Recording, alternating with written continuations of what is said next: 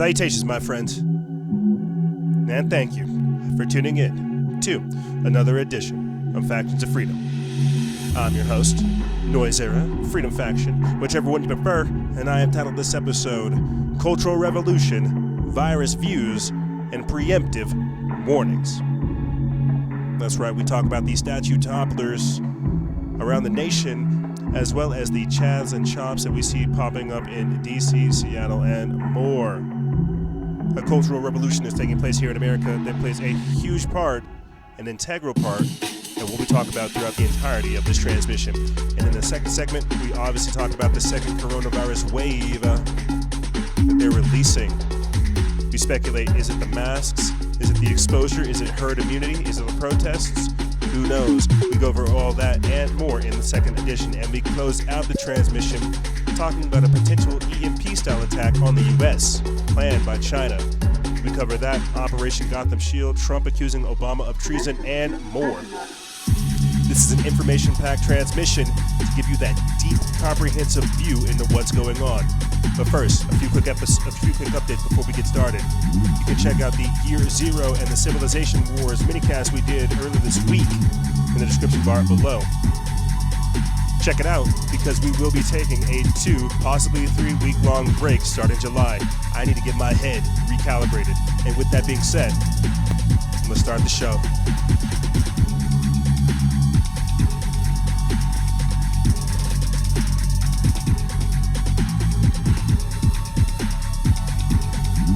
Salutations, my friends, and thank you for tuning in to another edition of Factions of Freedom. I'm your host, Noise Era, Freedom Faction, whichever one you prefer, and this is show number 1023, season 10, episode 23. Yeah, I won't lie to you, ladies and gentlemen. Earlier today on the hike, prior to the show, I bent the knee and I said a prayer. Now, I'm not virtue signaling. I'm not trying to do anything. If anything, I'm just trying to tell you guys where my head is at.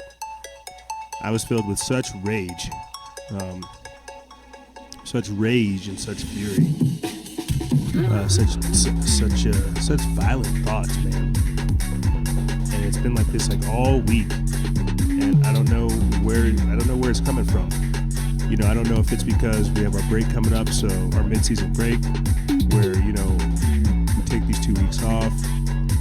I don't know if it's because of everything that's going on outside with the protests, the riots, you know, the COVID nonsense. But all week, I have been increasingly frustrated and angry. And so on the hike this morning, today, I bent the knee. I was taking the pups out.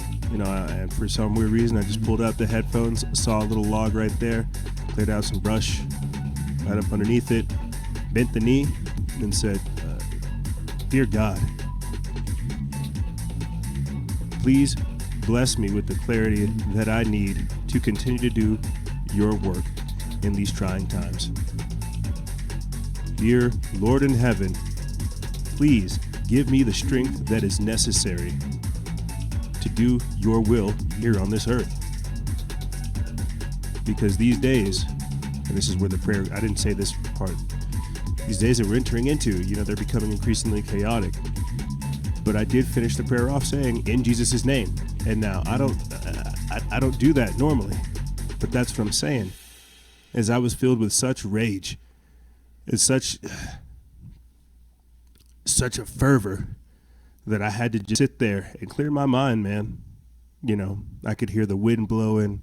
I could hear it creeping up around the corner through my right ear, you know, and I just felt this kind of wave come over me to where it did piece me out. You know, it did chill me out for a second, you know, and I find myself here starting the show with you good people saying that if you're going through these types of things, because we talked about that earlier this week on the show, it's okay to take a break.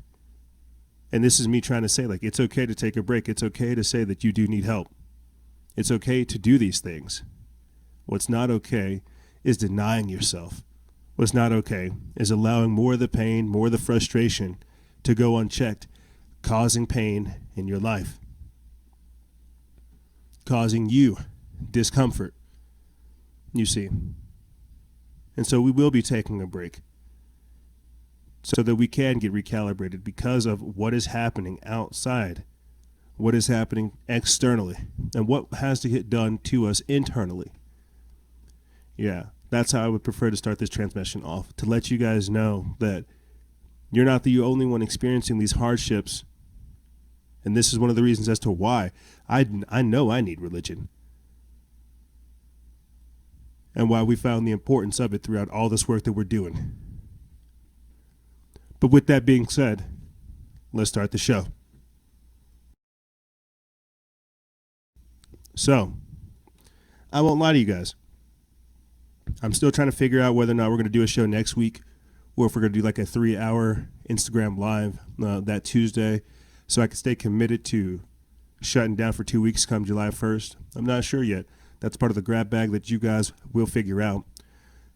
But to start this transmission off, talking about the Cultural Revolution, coronavirus, right, as well as these other strange things that are happening over here in the tail end of things, EMP attacks, Hillary Clinton's emails, potential arrests coming, Trump calling Obama treasonous, former Israeli prime ministers being named in the Jeffrey Epstein debacle.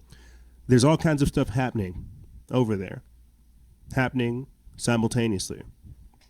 But what I want to start this transmission off saying is I started watching some of those G. Edward Griffin documentaries on Amazon Prime. And I watched like the third one about the subversion factor. And it's just crazy hearing this man talk about the communist infiltration in like the early 90s.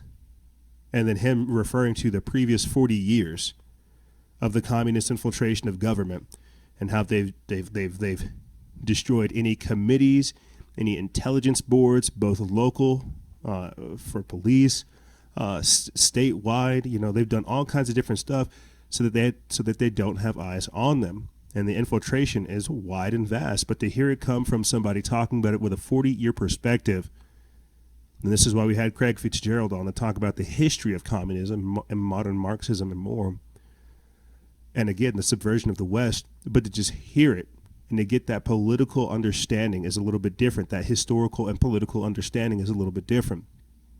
We're now here with Antifa, with Black Lives Matter, with Indivisible, with whatever organizations George Soros funds. This is why, and you guys have heard this here on the show, this is why you guys have kind of heard me discover the importance of being American. Why I tell you all the time, I came into this doing the UFOs and the paranormal. I wanted to talk about all these strange things and more. I wanted to figure out what was going on. But I didn't understand about this infestation, about this subversion of the West. I thought, shucks, didn't everybody grow up watching Saturday morning cartoons? Apparently not. Apparently some people were raised at their childhood to destroy America, to hate traditional values. You heard me talk about that this week on Instagram Live of a Harvard magazine advocating for the abolishing of the family. And this is, again, another communistic goal. We talked about that as well with China and their one-child policy. And it's just crazy to hear this stuff because you guys know, for people that have been following as long as we've been doing this, this is relatively new information. But this isn't new information, you see. This is a history. And we're making history right now, resisting it. We are making history, reporting on it, and breaking these things down. And that's why this is so fascinating and terrifying, because they are pushing. That's the secondary intro I wanted to have for the Cultural Revolution segment of this. But let's start getting into the content. You guys aren't here to hear these type of rambles. You're here to get your daily dose or your weekly dose of strange. I want to mention this, and I'll talk about it more so towards the end of this segment. But right here, new autonomous city planned for remote techies from Silicon Valley. This is put together by Katie Canales via Business Insider, but they reposted it over their Technocracy News on June 22nd. And before I get into this, it basically talks about the breakaway civilization. Now, we'll talk about Antifa, Black Lives Matter, communists, cultural Marxists, and things like this here shortly. But realize we're talking about a failing and a dying system. These technocrats, the people at the top, right? The Silicon Valley mafia, the big tech mafia, they want to do this breakaway civilization. They want to leave this dying system and create one of their own. The corporatocracy, the technocracy. Let's read a little bit of this, and then we'll continue on with more current news. It says ex-Uber executive Ryan Respesky is looking to build a private, politically autonomous city that would accept the anticipated exodus of Silicon Valley tech workers who are now remote since corporate offices have shuttered. As the Telegraph's Margie Murphy reports, Respesky wants to use the cash from the $200 million sale of his electric bike company Jump, which he sold to Uber, into developing a plan for such a city. Quote, more and more people can work remotely and are not tied to existing cities. So there is demand to create new places for them to live with new regulatory frameworks, Respesky told the Telegraph. And like I said, we'll continue that on in the next, we'll continue that later. We'll touch on that later. But the idea is for the elites of society, the technocrats, the Silicon Valley techies, the social engineers, to break away from mainstream society and create a separate society of their own, where they take, where they take all the people that work for Fedbook, where they take all the people that work for Twitter, YouTube, and more.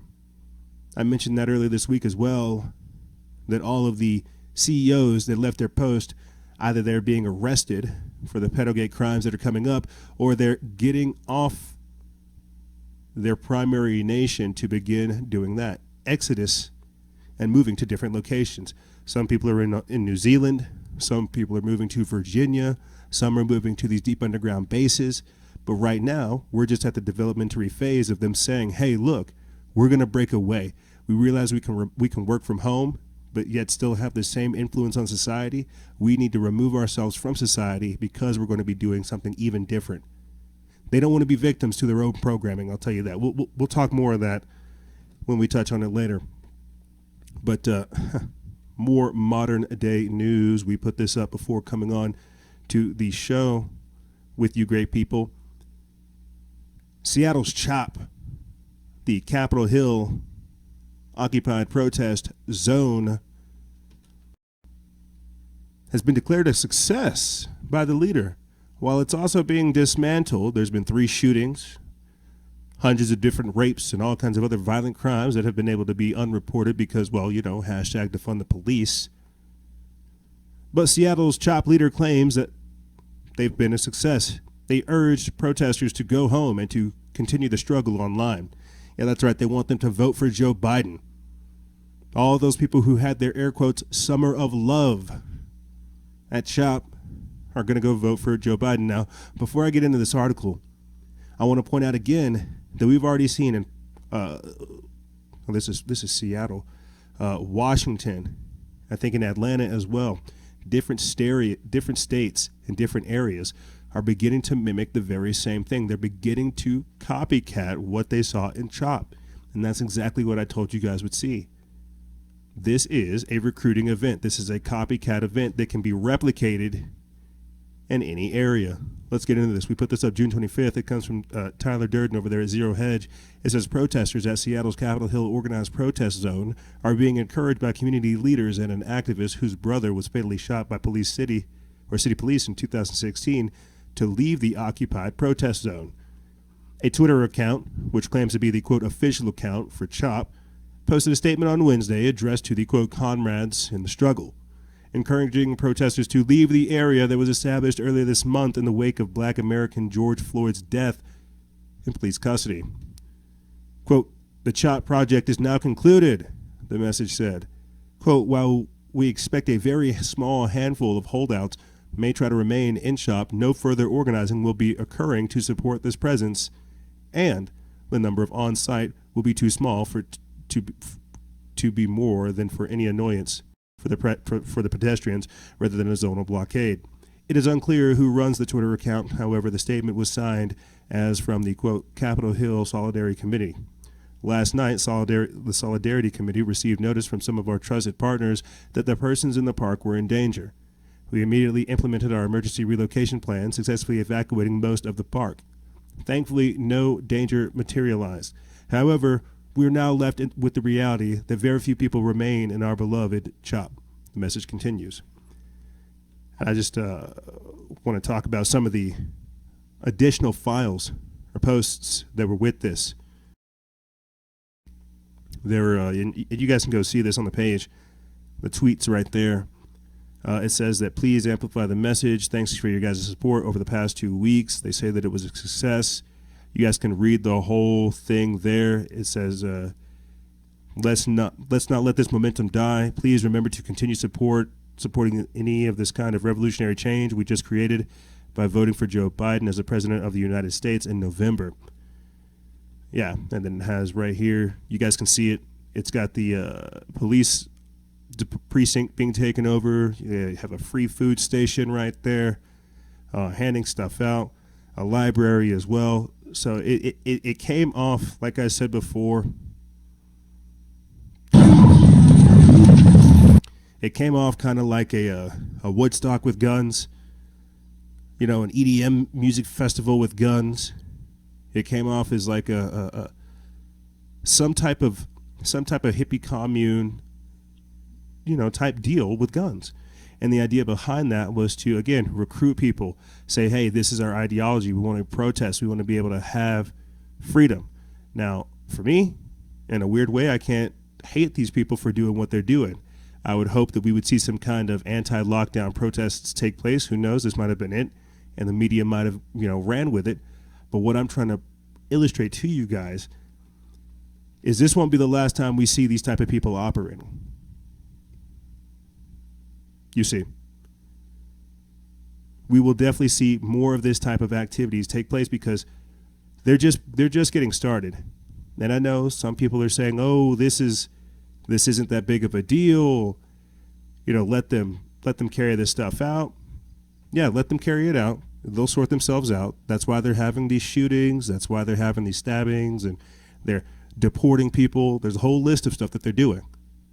But you've got to understand, every day and every time that this goes on, it allows other people to mimic it. Here, let me play for you guys real quick this clip where it talks about Chaz seeing the third shooting just outside of the entrance encampment, or the encampment entrance. So it's like as they're dismantling things, trying to shut it down, trying to get people out, there's a shooting that occurs. You see. So I'm very curious to see what will happen. I don't want to talk too much smack because I do respect these people to a degree, but this has to be noted as not necessarily a dangerous event. It has to be noted in history. This will continue on. See if we can get this clip to play for you guys. And it's not. It's going to be difficult. It's difficult. I'll just read this description and then we'll continue on. It says a 30-year-old man was shot Tuesday and transported to a local hospital in stable condition. Police would not confirm where he had received the injury, but KING.TV noted that they found the man in a designated staging area set up by the Seattle Fire Department just outside the encampment. Goes on to say that Mayor Jenny Durkin said on Monday that the shootings in the Chaz, also known as the Capitol Hill occupied protest area, forced her to rescind her supportive stance on the encampment. The protesters and the rioters in the CHOP say that they will resist the Seattle mayor's orders to shut down the encampment, setting up the possibility for an ugly confrontation. So let's talk about this real quick, because this is that cultural revolution. They're doing this stuff because they want to be able to get the clips. They want to be able to say that our government's fascist, that they want to carry these types of things on. Let's talk about this real quick. What are we seeing? We are seeing people step up and take their freedom. We are seeing people exercise their First Amendment and their Second Amendment. But what we're also seeing them do is besmirch the very reason that they are there, right? Now, I can't necessarily hate these people, but is this even about George Floyd? Is this even about police brutality? What was this about? Or was this about making a statement, seeing if they could get away with it? Let me play for you guys this quick clip of DC police clearing out the autonomous zone protesters near the White House. That's right, they called it the Black House Autonomous Zone in Washington. Let's listen.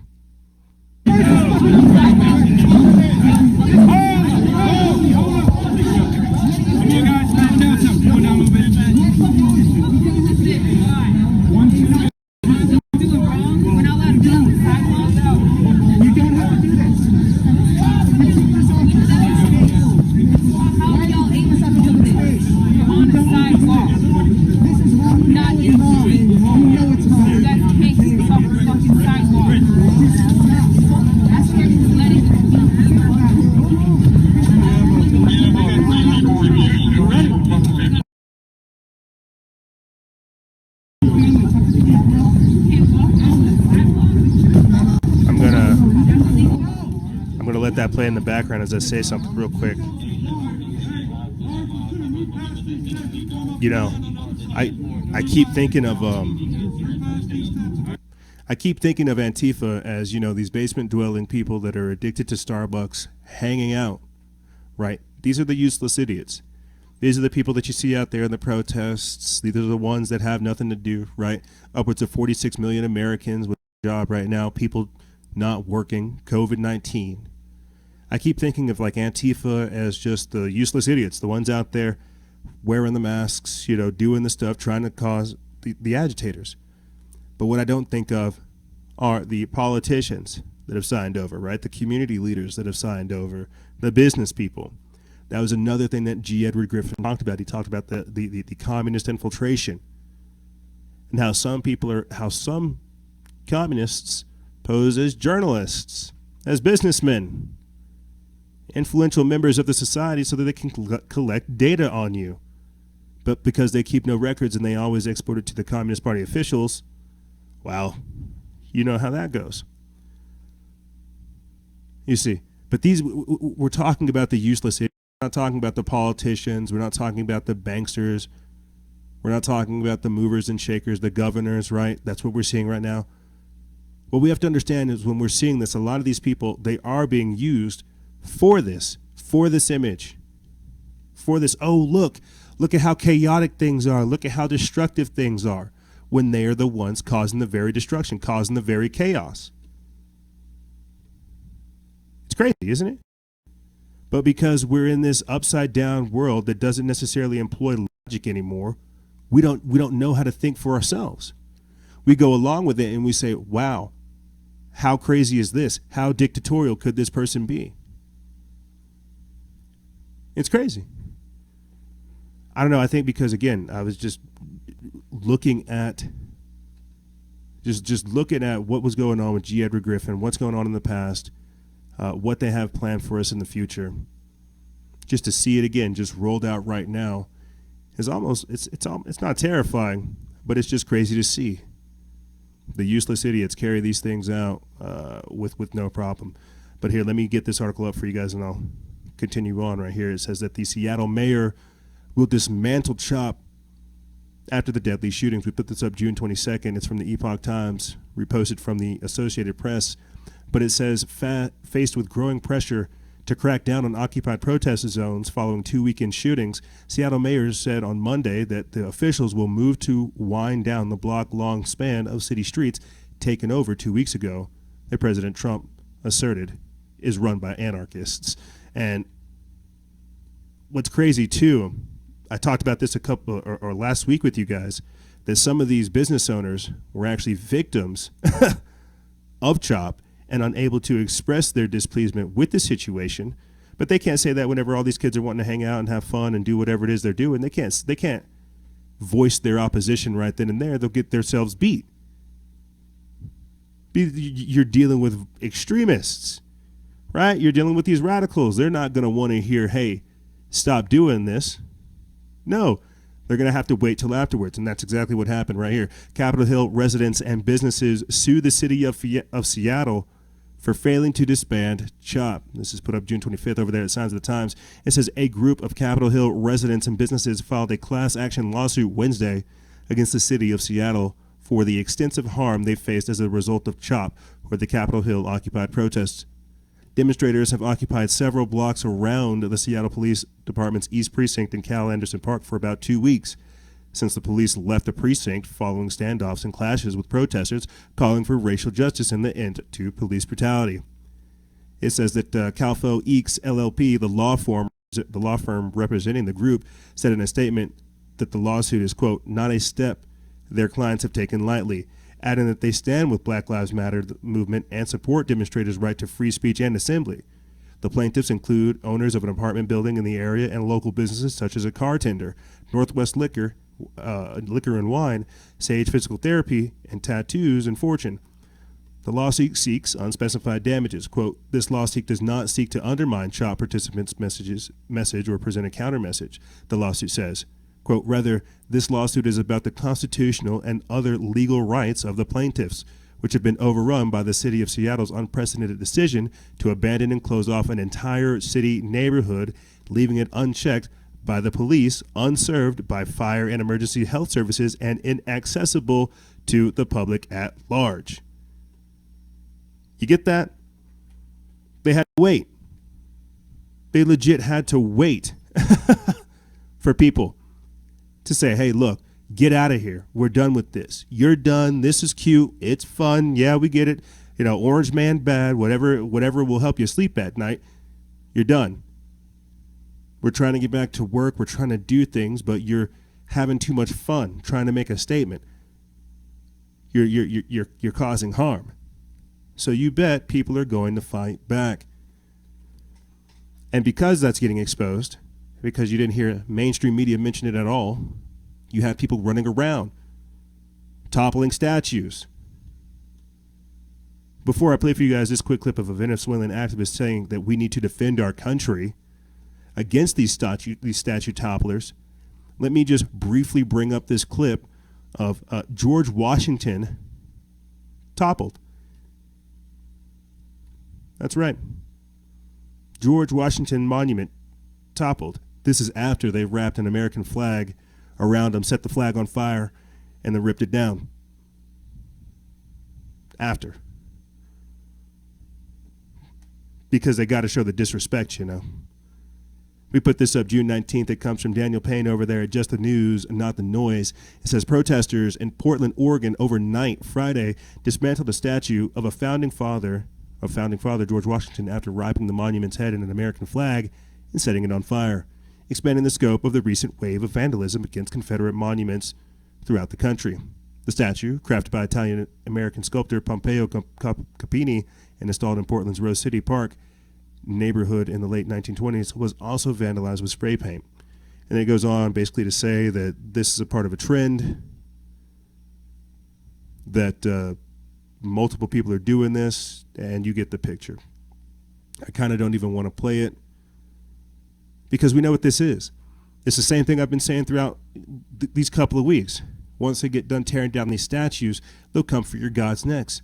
That's exactly what Sean King said this week. Tear down statues of Jesus because they represent white supremacy. Now, that's a different discussion for a different day.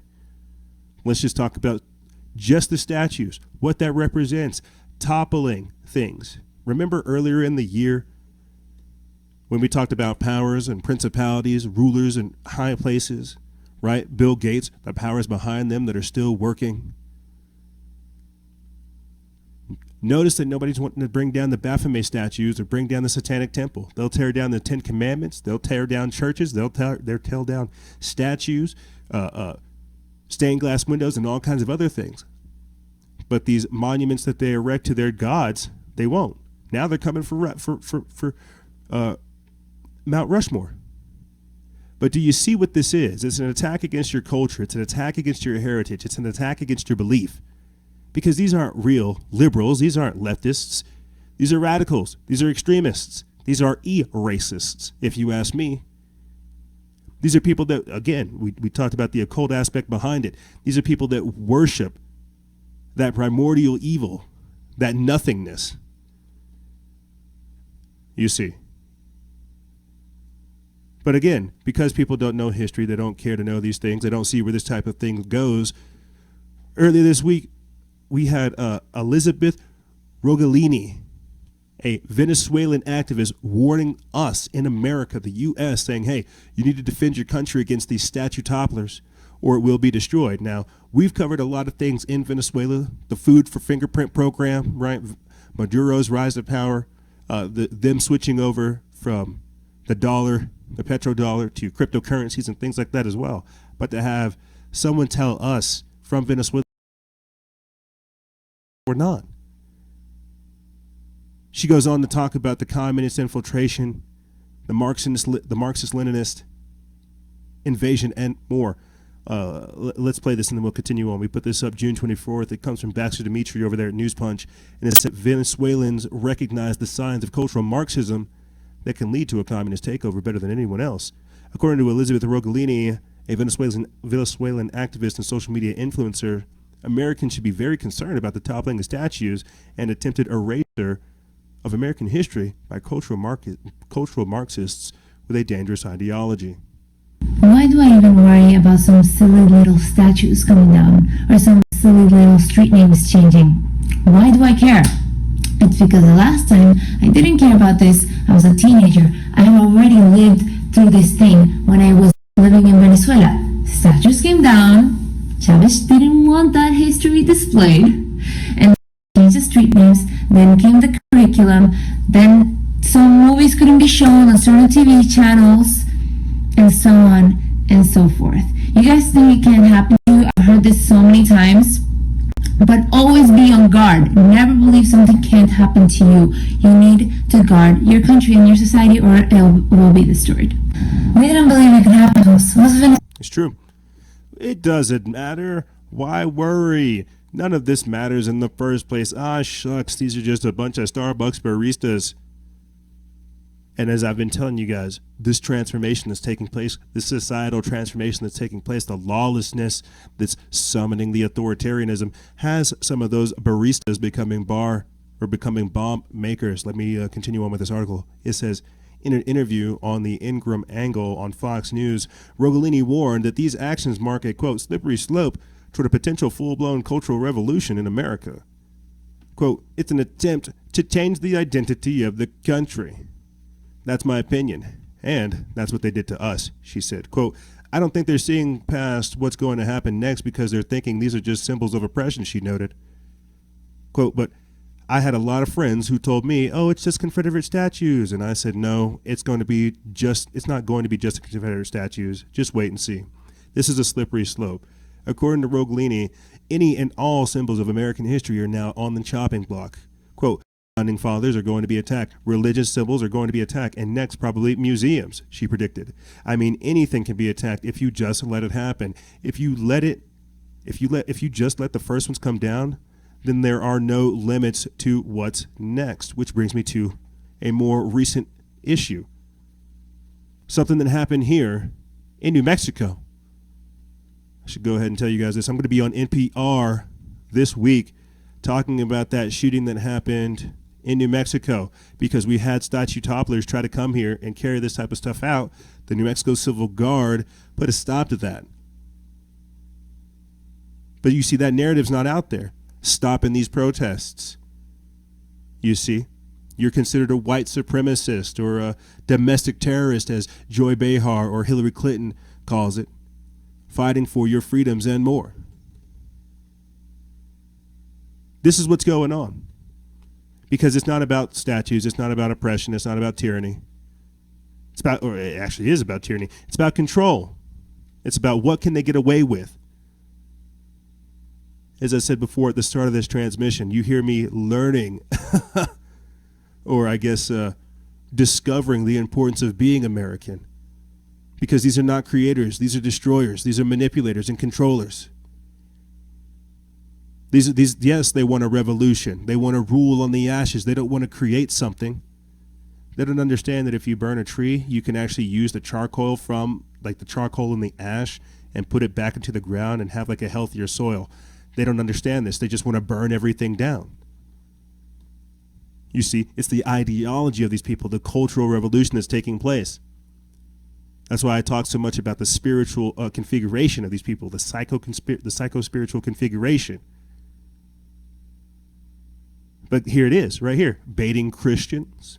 BLM activist wants to expunge all statues of Jesus because they were created as tools of oppression. This is put up by Signs of the Time on June 22nd. And I'm just going to read to you real quick this tweet that Sean King put up. We try not to touch racism, but we understand religion and things like this. He says that, yes, I think statues of the white European they claim is Jesus should also be coming down. They are a form of white supremacy. They always have been. In the Bible, when the family of Jesus wanted to hide and blend in, guess where they went? Egypt, not Denmark. Tear them down. And so I'll say this. We've talked about Cesar Borgia over here on the show, the whitewashing of Christianity as well. But we also talk about the Ethiopian Bible, right? One of the oldest Bibles in the world. It has the Book of Enoch still in it. Now, I'll let you guys talk about amongst yourselves the whitewashing of history that does take place, the whitewashing that does happen in Hollywood and more, and why it's also important to have, historically accurate texts and really follow this and all this, that, and the third. What I'm trying to say is they're making it about race, not realizing that religion is supposed to be a unifying factor. It's supposed to be something that brings people together. And I know I have members and followers that'll say, well, Christianity was beat into slaves. It was beat into black people. Is this a tool of white supremacy, having statues of Jesus? It even says in the Bible that there will be no graven images. You could even have discussions whether or not these statues are Lucifer himself, right?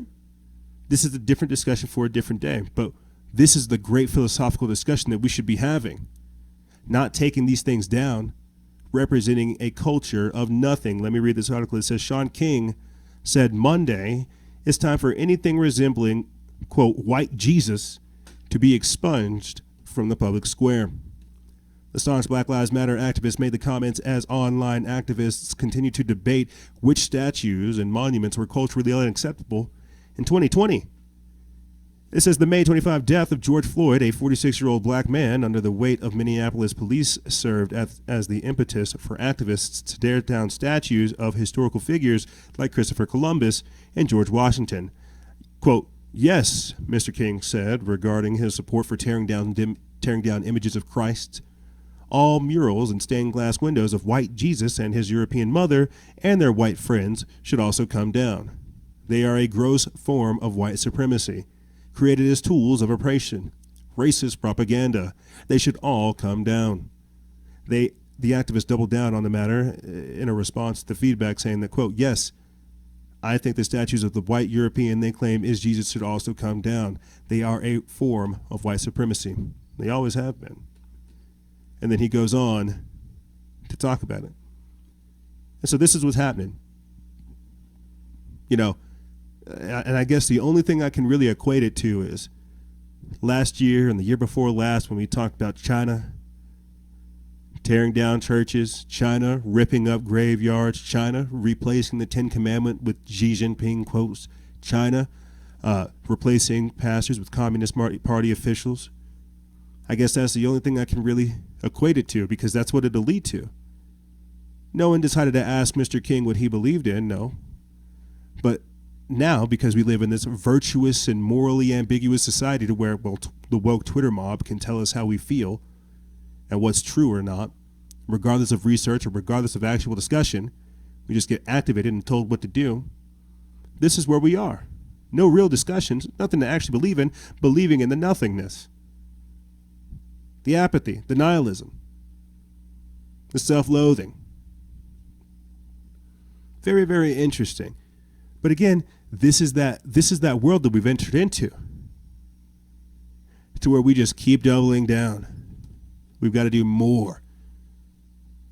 You see, more and more and more.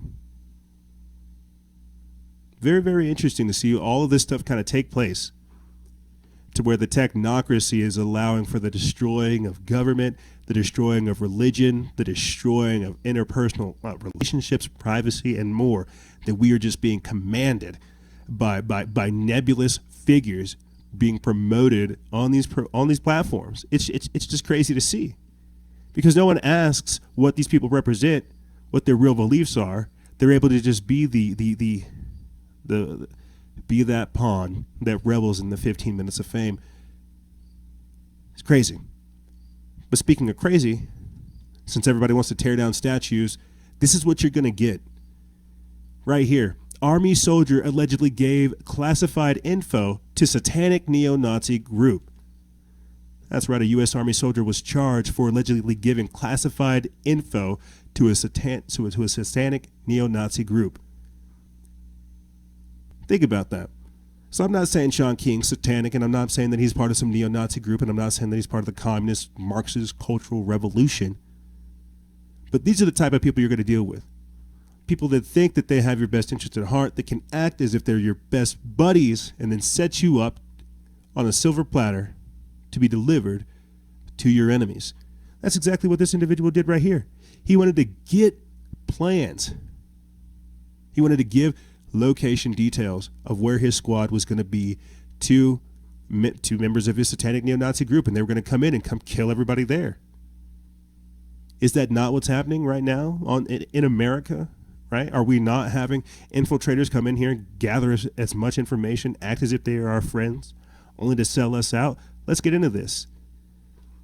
I equipped it with another article from the Daily Caller, but we put this up June 22nd. It comes from the Drudge Report feed, and it says a U.S. Army soldier is facing charges they allegedly gave classified military information to a white supremacist group with satanic leanings. It says the charges, expected to be announced later Monday, allege that the soldier gave information about U.S. troops stationed overseas to the Order of the Nine Angels. Law enforcement and military officials told the NBC. It says the Southern Poverty Law Center has described it as an occult neo-Nazi organization, and British lawmakers have called the group, which was founded there, to be banned. It says the UK group Hope Not Hate, in its annual State of Hate report, cited the Order of Nine Angels as a major influence of the Nazi terrorist group, both in the United States and Europe.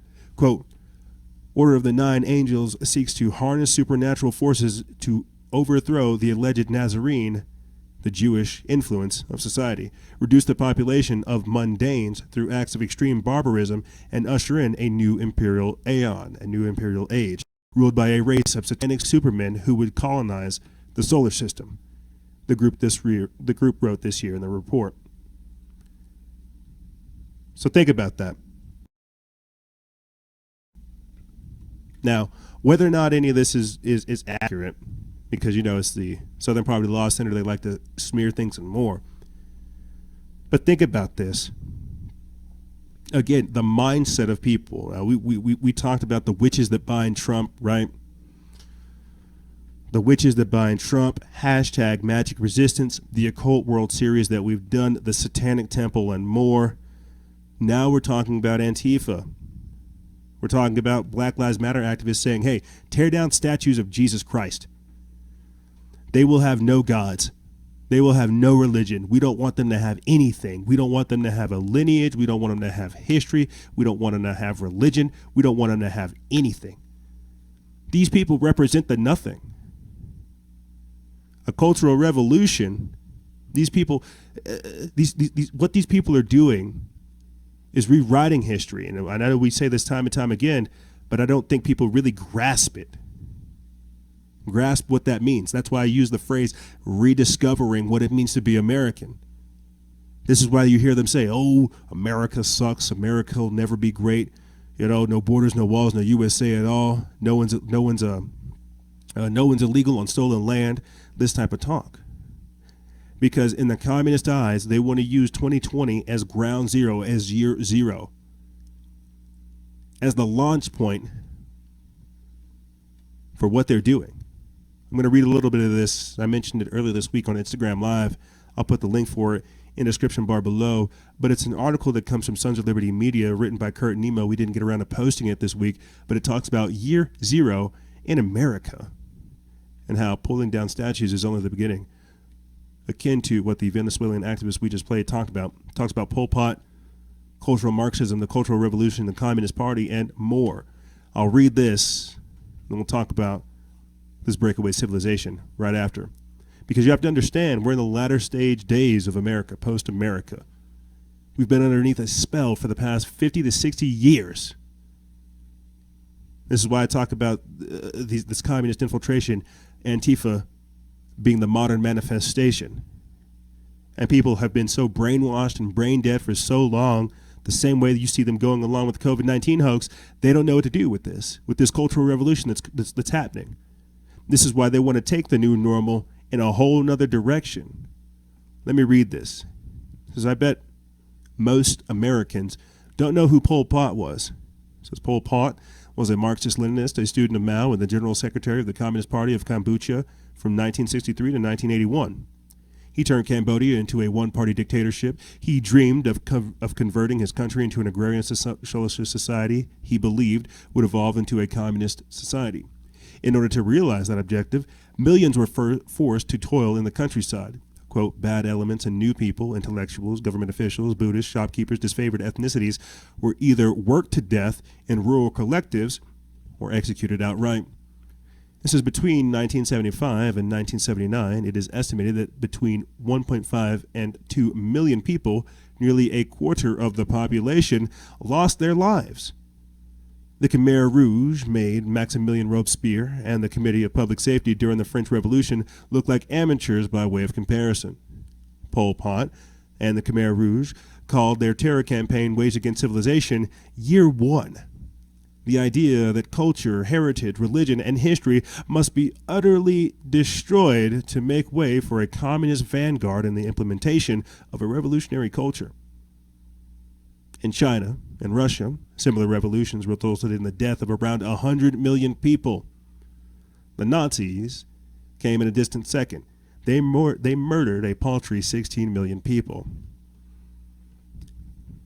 So Nazism, them saying Hitler, Trump is a Hitler, all this other stuff, right?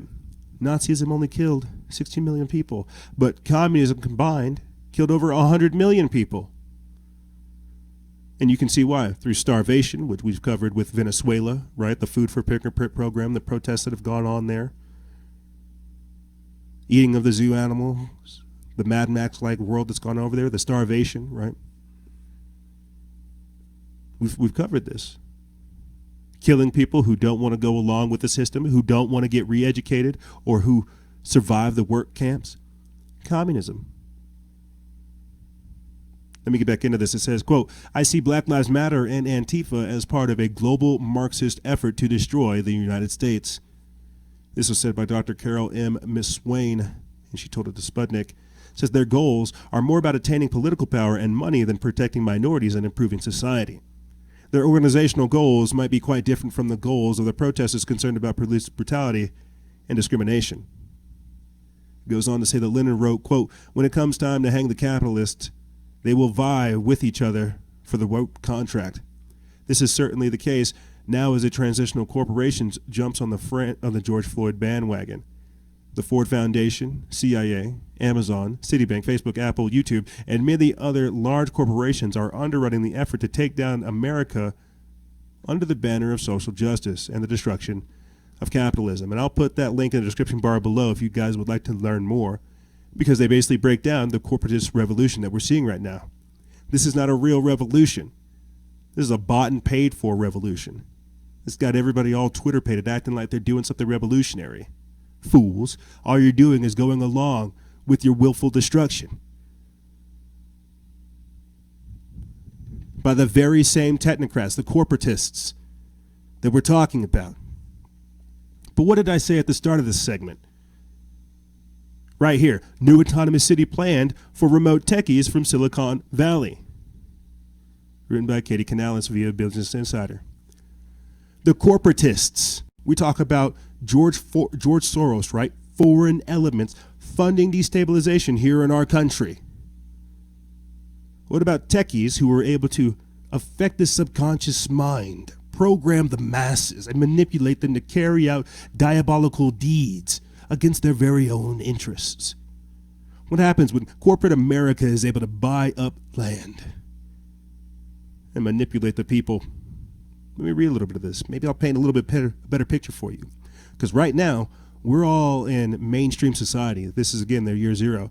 That's why we're seeing the splintering take place with the chops, the breakaway civilizations, things like this and more. Year zero. It says ex-Uber executive Ryan Rispaski, what I told you guys about before, is looking to build a private, politically autonomous city that would accept the anticipated exodus of Silicon Valley tech workers who are now remote since corporate offices have shuttered. As the Telegraph's Margie Murphy reports, Rispaski wants to use the cash from the $200 million sale of his electric bike company Jump, which he sold to Uber, into developing a plan for such a city. Quote, more and more people can work remotely and are not tied to existing cities, so there is demand to create new places for them to live.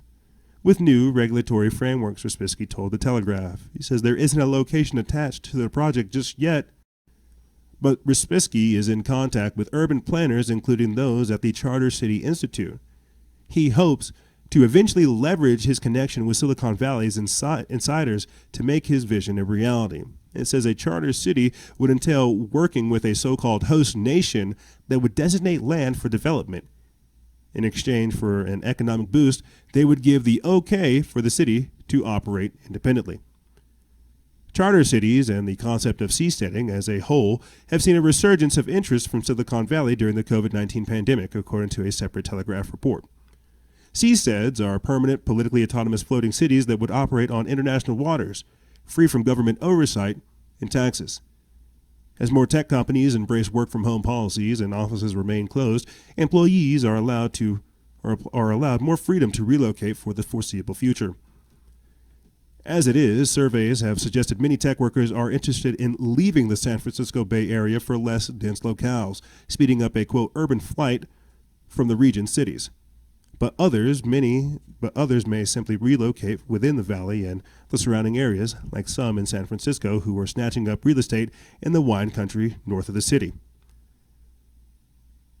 So what they're basically saying is people are leaving Silicon Valley. Where do they want to go? They don't want to come hobnob and rub elbows with people like myself. No, they went to Silicon Valley to become these techies. They don't want to leave Silicon Valley not being a techie. They want to bring their culture with them. So they're going to export. And we've talked about this, again, time and time again. Arizona, out there in Arizona is where Bill Gates has his own set of land. I mentioned this earlier this week with you people. Neom, the smart city that's 33 times the size of New York, that's being put together by Saudi Arabian Prince Mohammed bin Salman. Right, we just talked about Chaz, Seattle, the Capitol Hill Autonomous Zone.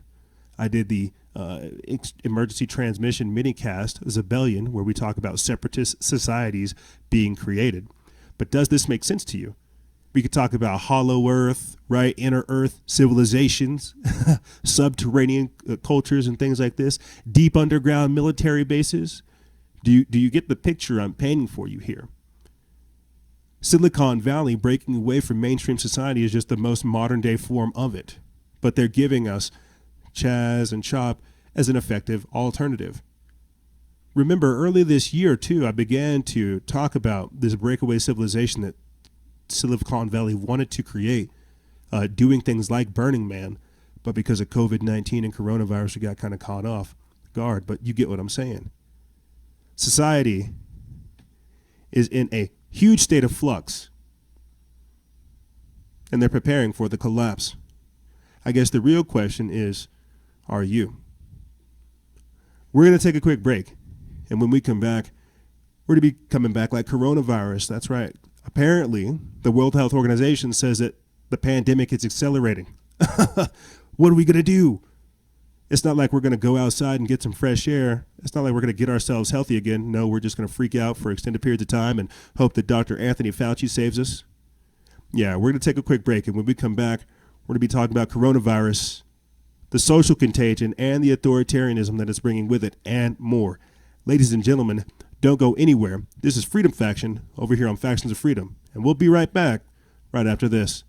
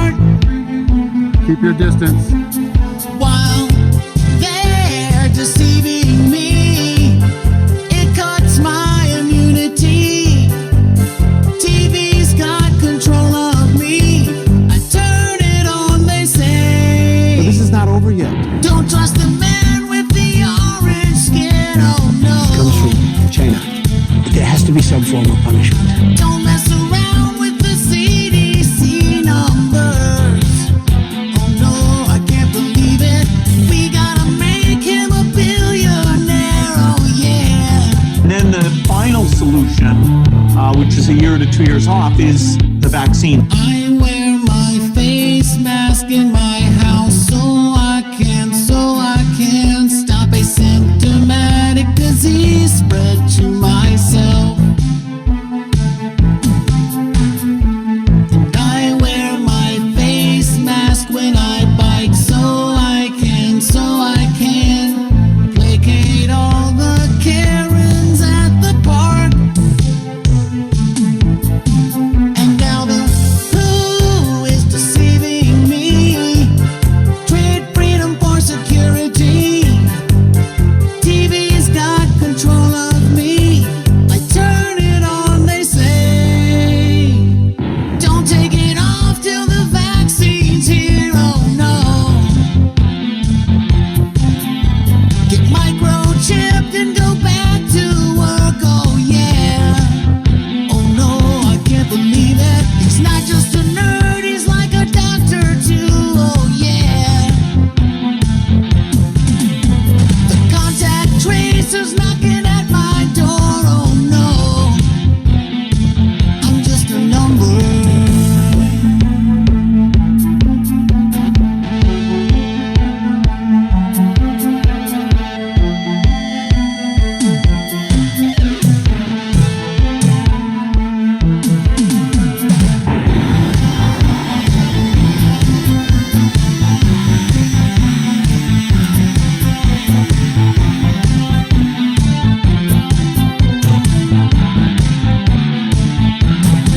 I said, I wear my face mask in the car. I wear my face mask when I walk. I wear my face mask in my bed.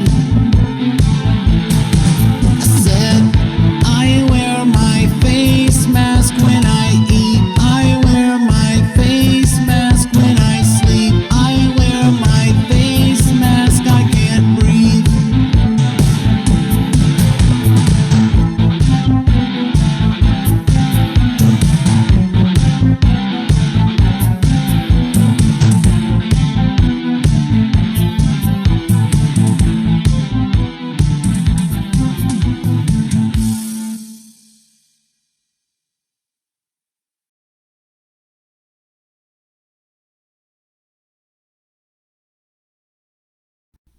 Welcome back. Thank you. Yeah, the world, you know, I wish I could say that the world is getting crazy, but I think part of us understands that this is the way she goes, you know? This is the way she goes. This is how all this stuff unfolds. It's got to get crazy in order for us to realize what side we're on, what we're doing, where we're going. You know, like I told you guys before, I was watching those G. Edward Griffin documentaries, and it's just crazy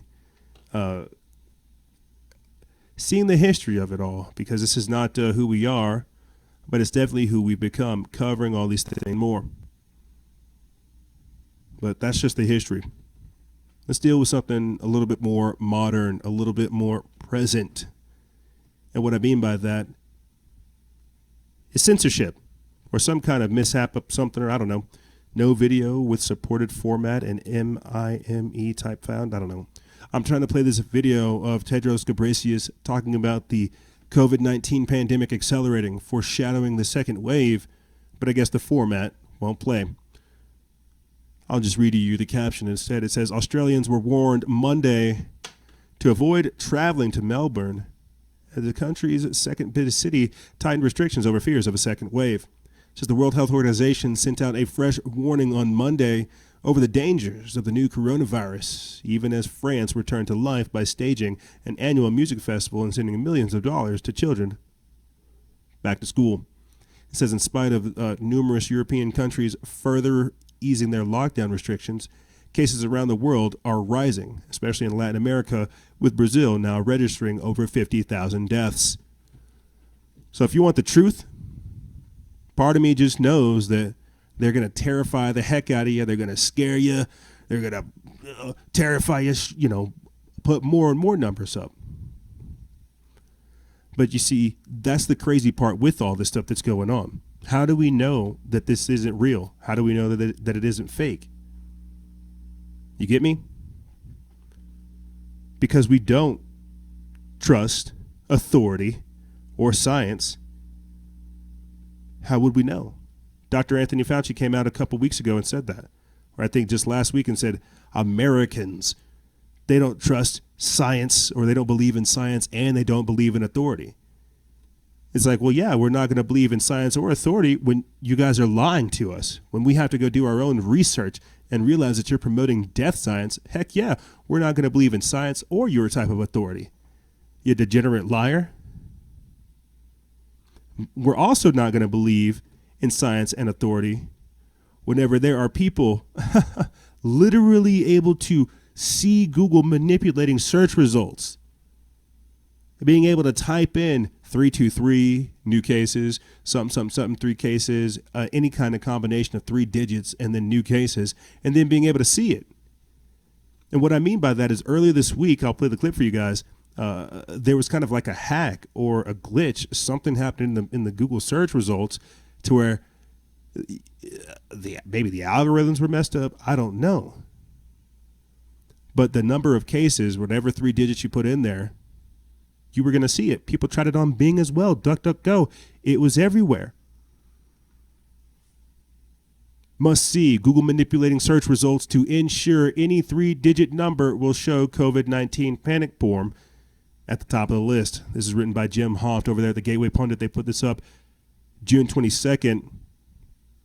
And I'll play the clip for you guys because this stuff is crazy. And I'll just read over it as it happens. It says that in March 2018, Dr. Robert Epstein, no relation to Jeffrey Epstein, joined Tucker Carlson to discuss an upcoming presentation on the, quote, search suggestion effect, how search suggestions can be used to shift opinions and voting preferences dramatically. Dr. Robert Epstein is a research psychologist at the American Institute of Behavioral Research and Technology and a Democrat. The AIBRT researchers looked at the power of Google and Facebook to influence elections. The study spanned 5 years of investigations. The results were stunning. Dr. Epstein told Tucker Carlson that, quote, I can tell you we should be paranoid because what Google and Facebook can do is really mind-boggling. For example, if Mark Zuckerberg on election day last year, if he had chosen to press the enter key early morning and just sent out a message to Hillary Clinton supporters only saying, go out and vote, that would have sent her an additional 450,000 voters that day with no one knowing that this had occurred. And that's just Facebook. What Google can do is really off the scale. Our studies show that Google can take a 50-50 split among decided voters and change it into a 90-10 split with no one knowing they had manipulated or had been manipulated without leaving a paper trail. It has to do with search suggestions. Literally from the very first character that you type into the search bar, you are being manipulated. And we've done 16 months of experiments. We've done all the research, and we know exactly how this works. The threat is absolutely, positively profound. It says Google and Facebook weren't surprised with the results. There's a reason why they've been targeting only conservative websites for the past 3 years. And now this. Jack Posobiec tweeted this out this morning, saying that search any 3 digits plus the new cases. It's wild. It's true. If you search any 3 digits and new cases on Google, you will see a coronavirus headline. Google continues to push the coronavirus panic porn by pushing headlines to their users. And that's exactly what video watchers are seeing right there. You're seeing the manipulation of the masses. This is why you're seeing people driving with their masks on. I'll be out there in the foothills. I remember, oh my gosh, let me go ahead and get my next article together before I tell this story. Because it's a little, I don't know, it just says it all in and of itself right there. Earlier this week, when I went for a hike, I was driving to my local spot up there in the foothills like I like to, and I'm driving up the right-hand side of the road, and I see this elderly couple walking down the road that I'm driving on, my side, on the driver's side, with their masks on, in the mountains. And I'm thinking to myself, not only could I have hit you guys, but you couldn't scream or, make yourself known or seen. You're basically trying to get hit, and you're wearing your mask out here in the middle of the day. Where is your head at? But you see, that's what I'm saying. That's the logic. That's what's being employed right now. So they're panicking people. They're putting this stuff out here, making people think that they're woke and they're informed, but they don't see the lunacy that they're engaged in. And now, right here, medical experts tell UK government to prepare for the second wave of coronavirus. Now, could it be that the masks that people are wearing are making them carry that bacteria, making them get sick? Is it because people are actually going outside that we're seeing a rise in cases? We're not having that discussion. We're just saying, hey, prepare for a second wave. This is put up by Nima Harris over there at News Punch. They put this up June 24th. It says a group of medical professionals are urging the UK government to prepare for a second wave of coronavirus amid fears that rules have been relaxed too soon.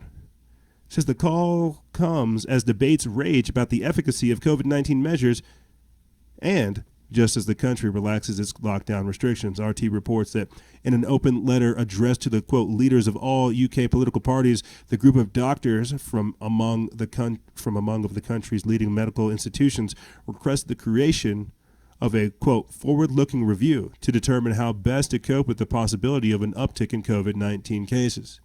Quote, while the future shape of the pandemic in the UK is hard to predict, the available evidence indicates that local flare-ups are increasingly likely and a second wave a real risk, the letter published in the British Medical Journal cautions. It says the medics noted that there was strong public support for an inquiry into how the health crisis has been managed and what recommendations can be made going forward. The letter argues that there is a, quote, strong case for immediate assessment of national preparedness. Preliminary results of the review should be made ready by August, with a complete report ready by the end of October, the medical professionals suggest. The letter was signed by a number of leaders in the medical field, including Derek Alderson, president of Royal College of Surgeons, and Andrew Goddard, president of the Royal College of Physicians. Their joint call for a non-partisan assessment of how to combat the coronavirus comes as the UK continues to ease lockdown measures.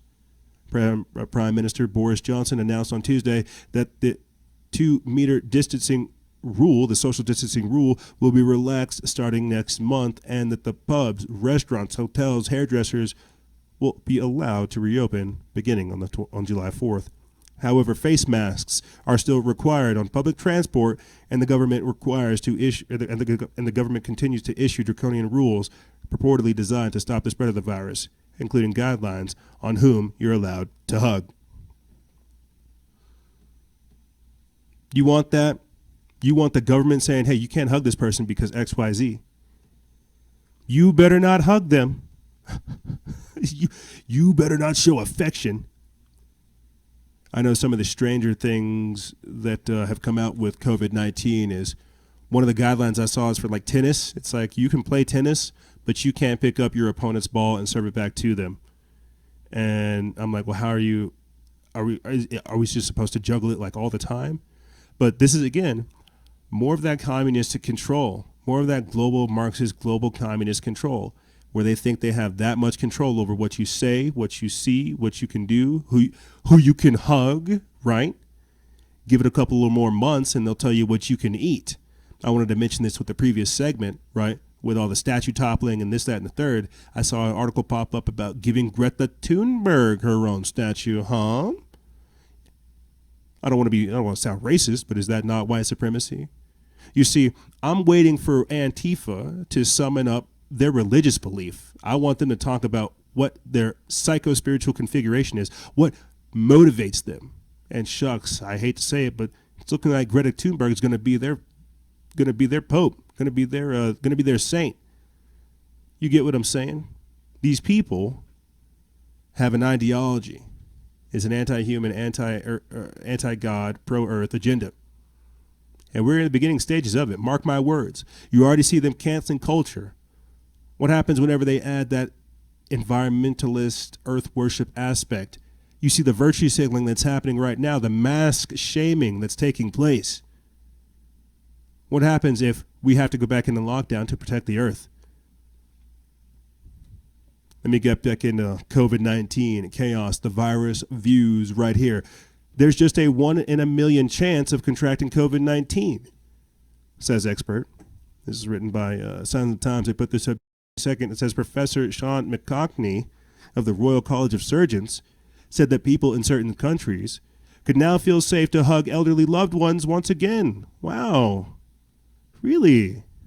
So those guidelines don't matter? It says that the risk of contracting the coronavirus from the community in Ireland is now at about a 1 in a million, according to a specialist in infectious diseases.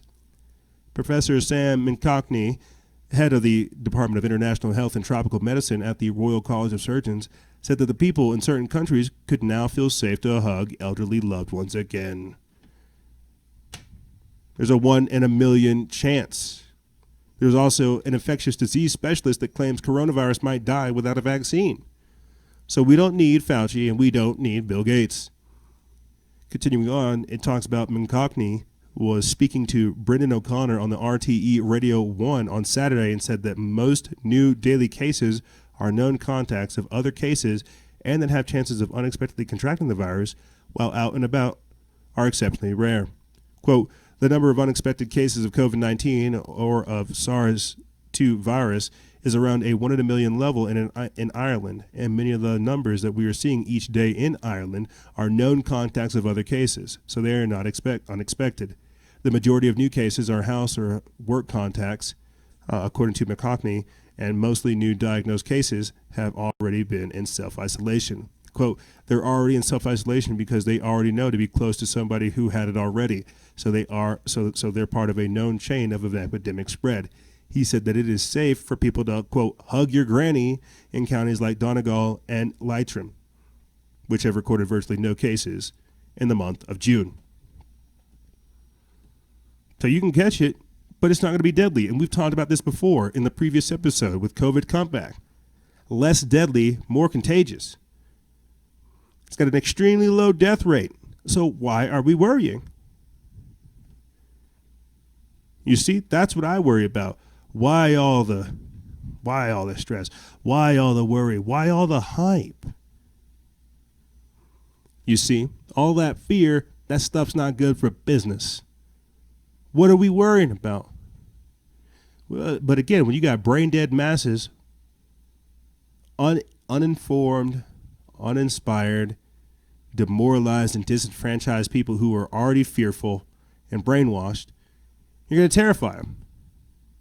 And then when you're incentivizing them to not work, you got to think about where people are at these days, mentally, emotionally, spiritually, politically. This is why we're here, because we have just hit this point of such spiritual atrophy and apathy and nihilism. That's why I just call it the suicide spirit.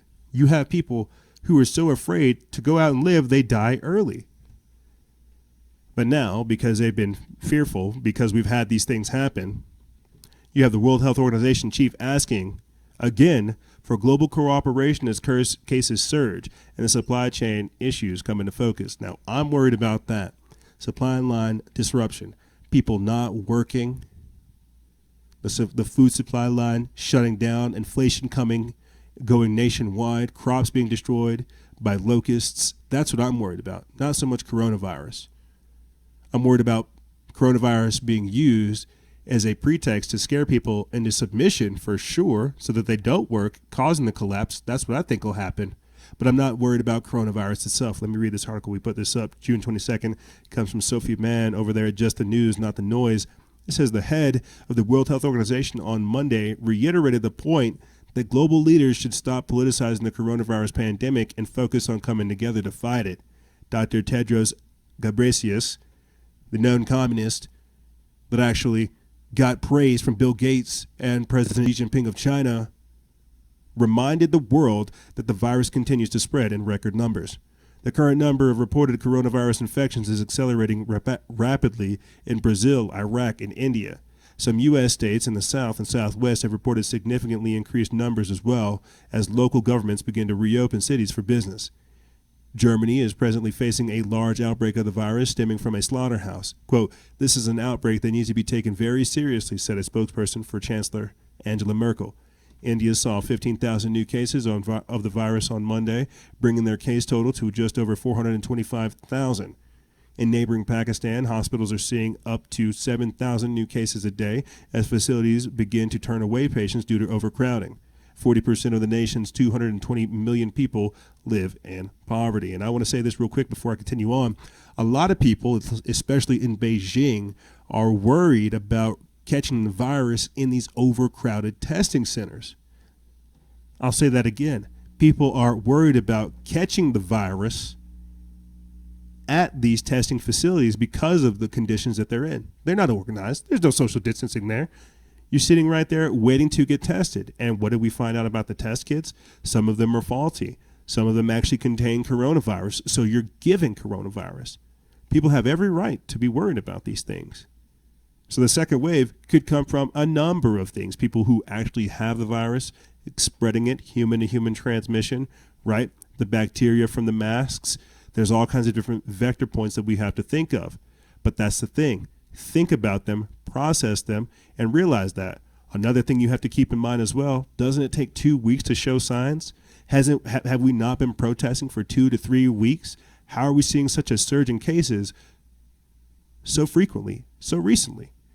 Getting back into this article, it says President Trump has been vocally critical of Ghebreyesus and the World Health Organization in general.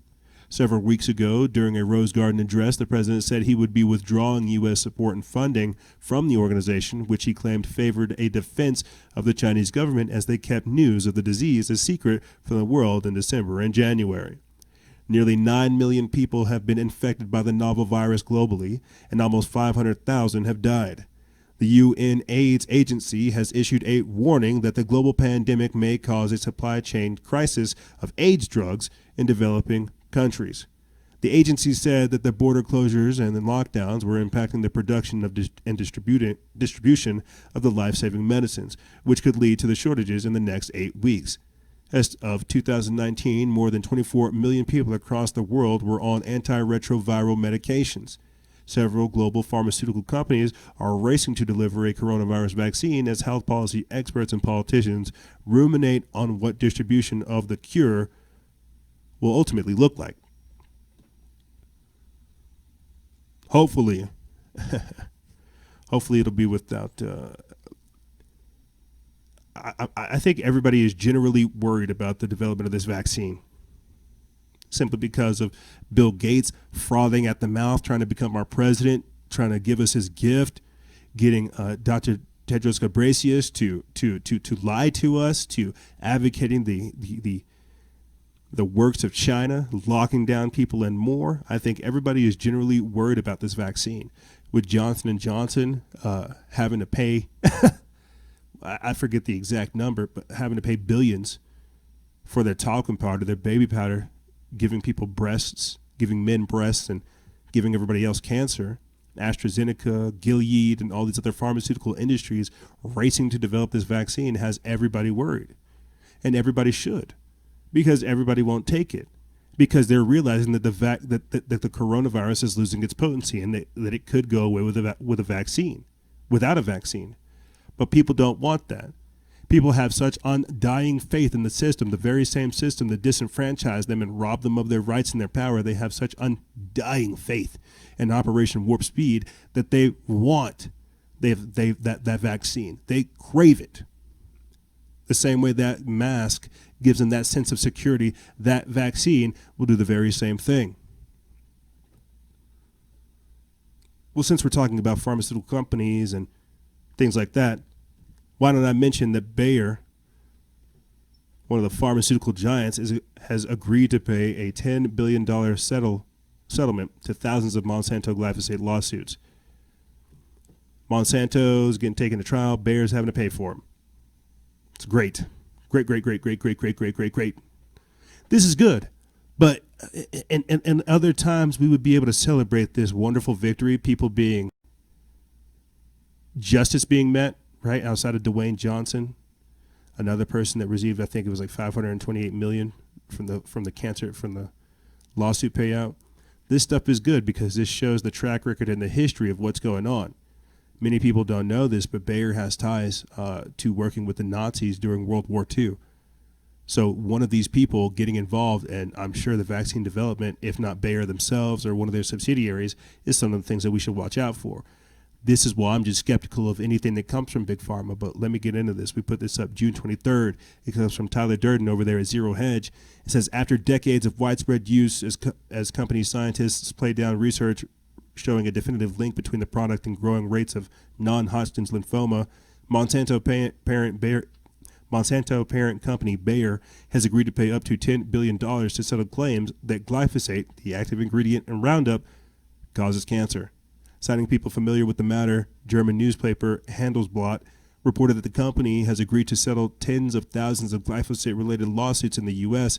between $8 billion and $10 billion. Of that number, $2 billion is considered a, quote, reserve, which can be used to settle future claims, which I'm sure it will be.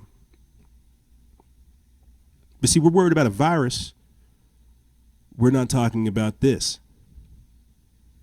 You get me? We're worried so much about the virus. We're worried about all these other things. We're not talking about why our society is getting sicker. Everybody's worried about this virus. Everybody's worried about a vaccine. No one's asking, why is our society getting sicker?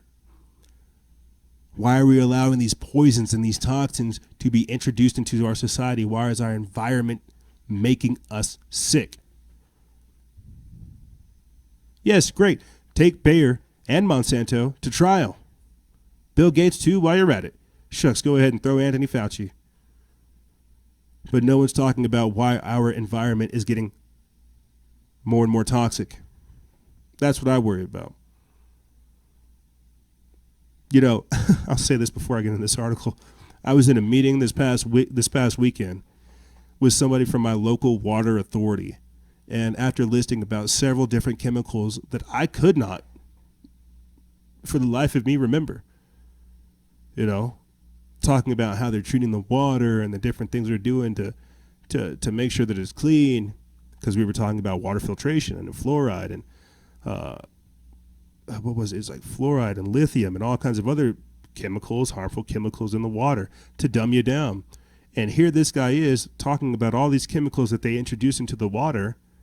And he told me not to filter my water. And so I kind of looked at him, cocked my head sideways with the reverse fluoride stare and said, please tell me more about how you're brainwashed. Tell me more about how I should not filter out any of the chemicals that you have listed right there.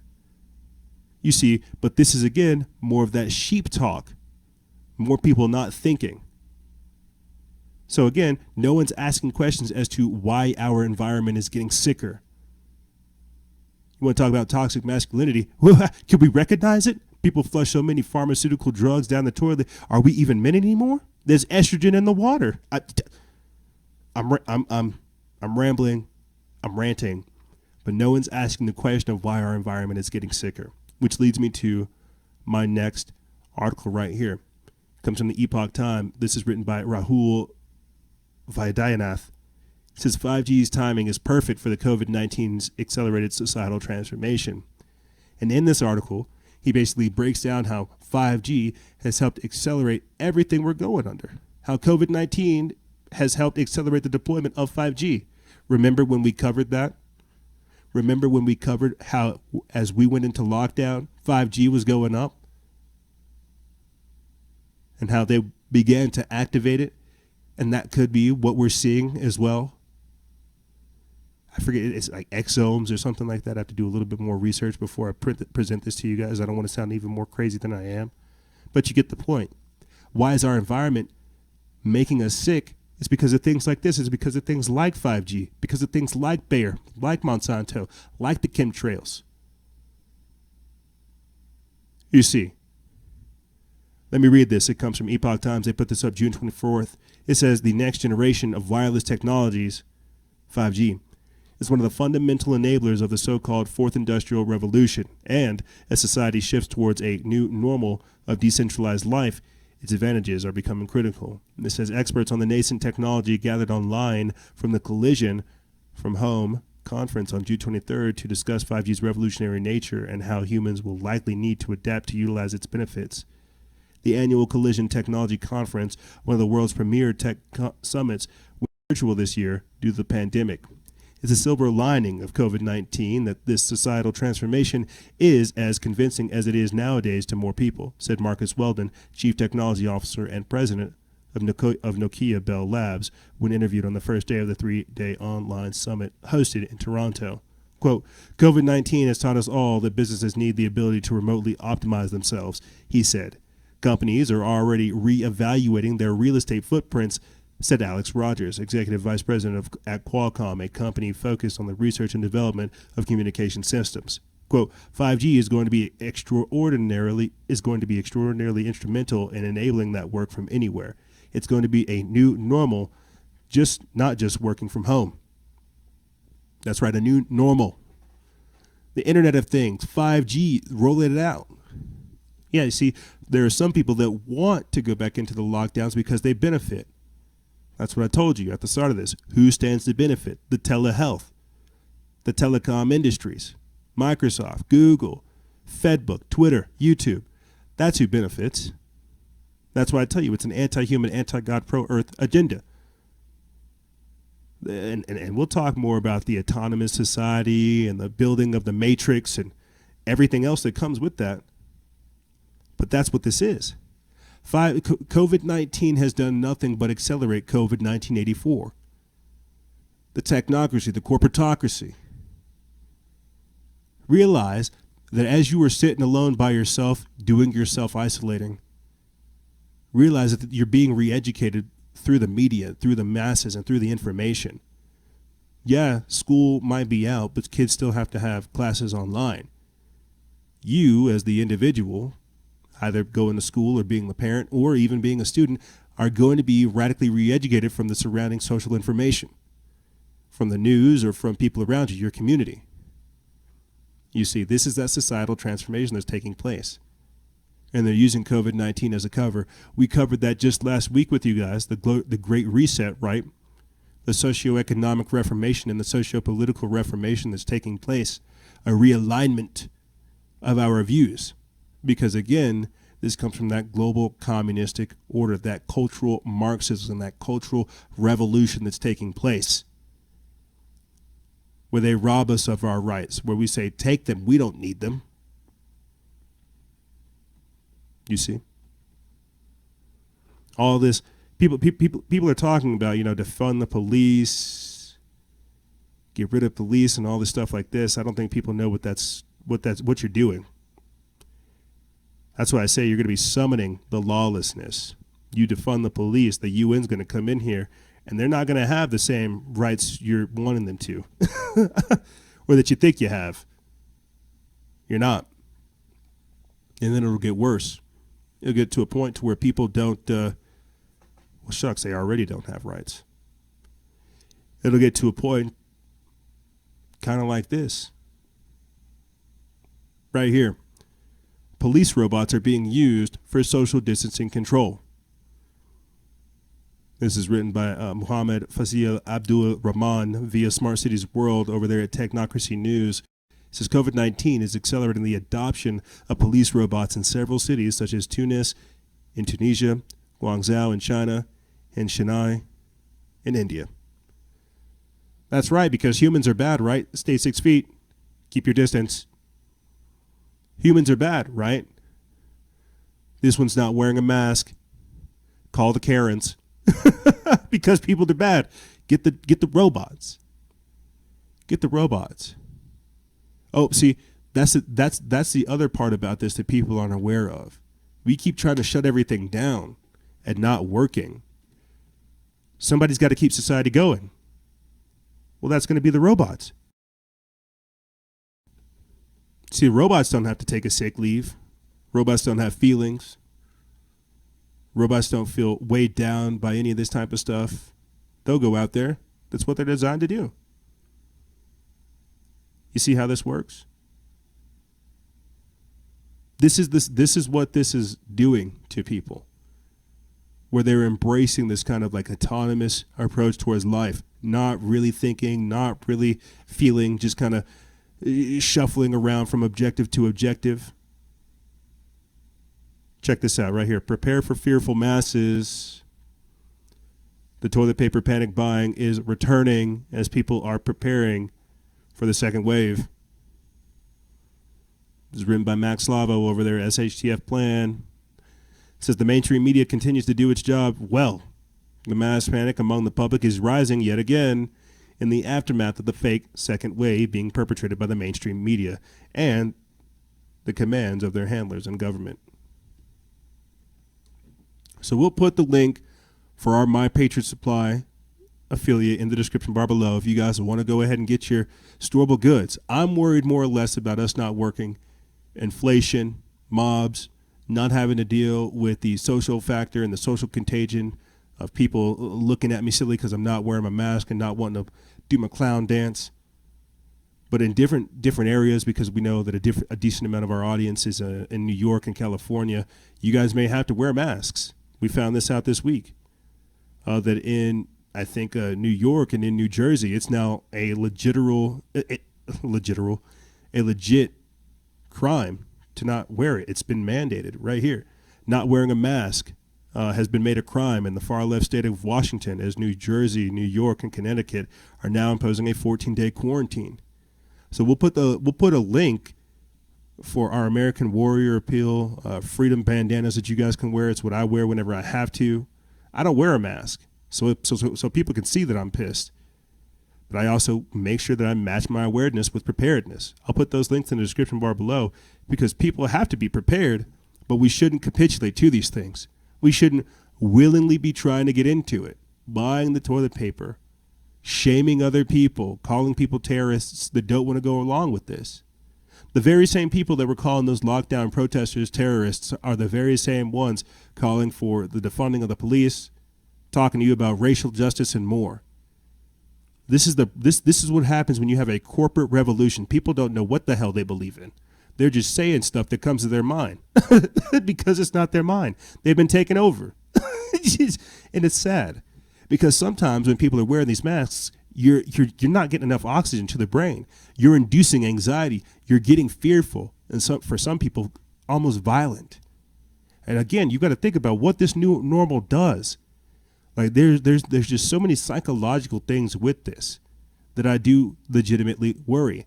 We talked about it as well.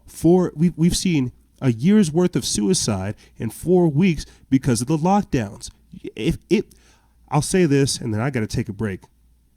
If we fall again for a second wave or for more lockdowns, we deserve everything that comes with us. If we don't wake up after this, we probably never will. And that's the sad part. If we don't wake up from this, if we fall for another coronavirus wave, and I am worried, I am legitimately worried, because who knows? Bill Gates said with Event 201 that this was a dry run. There could be more events to take place. We wouldn't know, because just like Dr. Anthony Fauci said, we don't trust science or authority right now. The second wave could be very real. We might lose lives.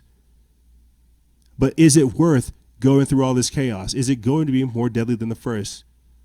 I guess that's what time will tell. And I guess that's what we've all got to figure out. But here's what's going to happen, ladies and gentlemen. We're going to take a quick break. And when we come back, we're going to be talking about Twitter censoring Donald Trump. That's right.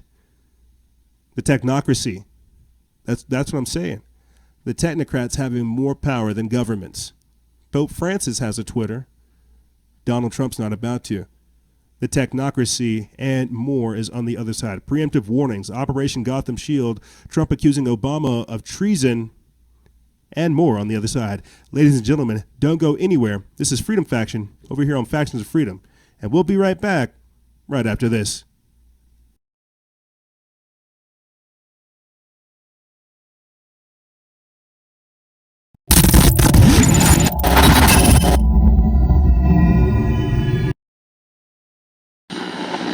Food supplies have been completely wiped out. We have our I report complete devastation. With a giant squall cloud gobbling up everything in their path. There are forces in this world that remind us of how fragile we are. We thought we were safe. We thought it could never happen to us. Then life like a fog descends upon us, blanketing our memories. Through the haze, we travel its hidden paths, lost in its secret places. And when the storm, turbulent and immovable, forces us to shelter, we remember. It calls to us, calls us back. Back to the ports and the harbors of our past. We fight the currents that pull and drag us off course, not a light or star to chart the way. And when we arrive, we don't always know it at first, the places we once loved guised by time. Then we see it, the place we've been trying to get back to. Safe at last, we've found our way home.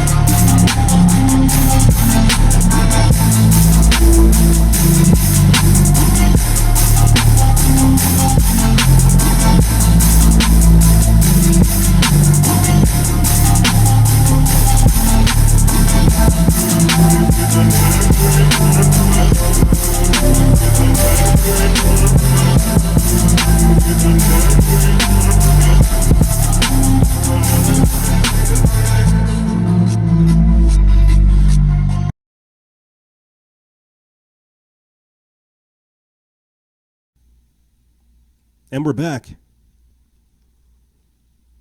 Not from outer space, but you know what I'm about to say. Cyberspace. That's right. We're from cyberspace. Cyberspace. Yeah, you know, I think there's no easy way to say this. Our world is going to become increasingly chaotic, and this is where Christians have us all beat. They're able to focus on Jesus Christ, and they're able to bring them that level of peace that a lot of us don't understand. The mental discipline, the emotional discipline, and the spiritual relationship that most Christians have, that devout mindset, yeah, we don't understand it. And the world that we have is becoming increasingly crazy, and that's why they're trying to rob you of your sanity. They want to keep you unbalanced. They want to keep you off kilter. They don't want you to be grounded. They don't want you to be focused. They don't want you to be disciplined. They don't want you to care. They don't want you to be driven. They don't want you to be motivated. They want you to be broken, weak, destitute, fragile, frayed, doubtful, insecure. They want you hating yourself. They want you nihilistic, apathetic. They don't want you to just kill yourself. That's what they want. They don't want you to be proud. They don't want you to care. They don't want you to be strong. They don't want you to be uplifting and compassionate, generous. Nope. They want to break you. And what I see happening to me, what I see happening to me is kind of almost it blows my mind, the amount of things that we have conquered, gang, the work that we've done, the people we've helped, the things that we have done doing this type of work, and I know that we're only getting started. And with that being said, thank you, ladies and gentlemen, for tuning in to the third segment, the final segment of this edition of Factions of Freedom. I'm your host, Noisera, Freedom Faction, whichever one you prefer. And I had a hard time coming up with a name for this segment because we're going to be talking about very strange things.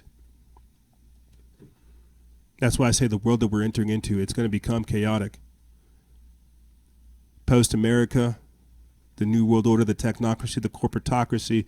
In theory, these things all sound like one thing or another, but in reality, this is not a world we want to live in.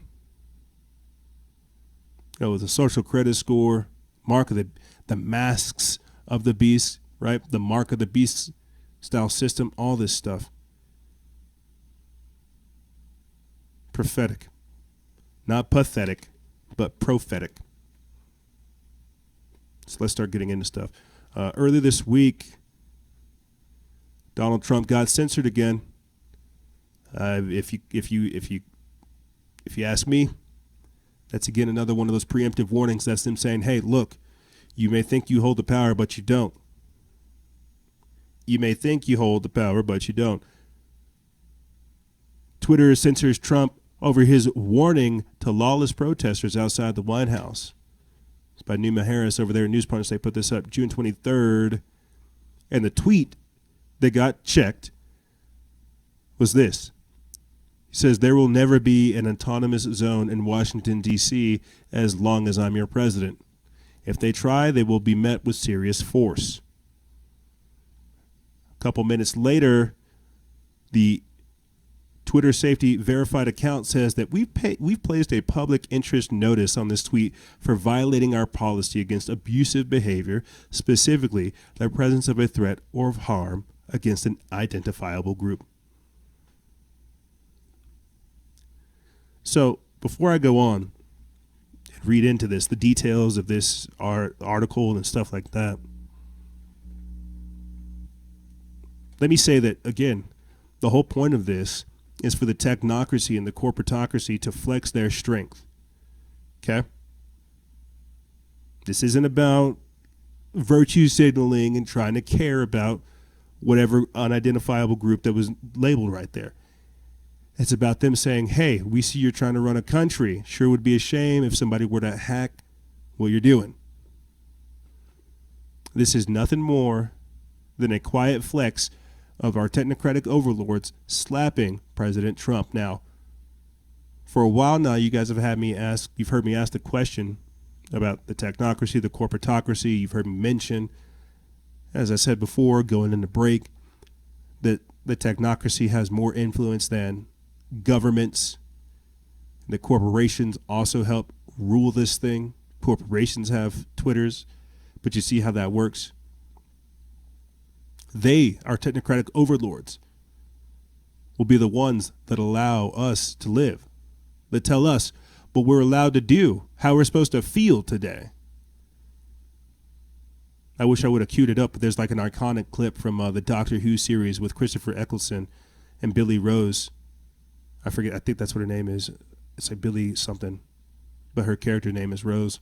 And in it, there's an episode where we're all beta Borgs. So there's people walking around with cell phones and they have chips in their ear. And as a worldwide update goes out, you just see everybody going about their business. It's the classic scene of people in business suits with briefcases walking down the street, holding their phone. And as the update goes out, everybody stops. Like green light, red light, stops moving. The update goes through. And then everybody laughs again, ha, ha, ha, and then goes about their business. This is the technocracy in a nutshell to a degree. What they're doing when they censor Donald Trump is they're saying, while you're allowed to have free speech, you're not allowed to control things. You're not allowed to socially engineer things. You're not allowed to express yourself. Our viewpoint is more important. Our community woke Twitter mob community guidelines is more important than the law. Let me get into this. It says, this time, Twitter hid a tweet where Trump warned that protesters seeking to establish an autonomous zone in Washington, D.C. would, quote, be met with serious force. As Washington, D.C. was under threat of occupation by protesters, the president tweeted that there would be consequences for doing so, but his words were censored. Breitbart reports that President Trump said, quote, there will never be an autonomous zone in Washington, D.C., as long as I'm your president. If they try, they will be met with serious force. Anyone who attempts to view this tweet through Twitter will see it behind a notice from the far-left Silicon Valley company informing them that their tweet has somehow violated the platform's rules. The notice says, quote, this tweet violated the Twitter rules about abusive behavior. However, Twitter has determined that they may be in the public's interest for the tweet to remain accessible. This is the second time in the space of a month that Twitter has censored the president over tweets related to the violence and lawlessness sweeping America's cities. Just over 3 weeks ago, the platform hid a tweet from the president warning rioters that, quote, when the looting starts, the shooting starts. Twitter said the post, quote, glorified violence. This time, Twitter says the president violated the platform's rules on abusive behavior.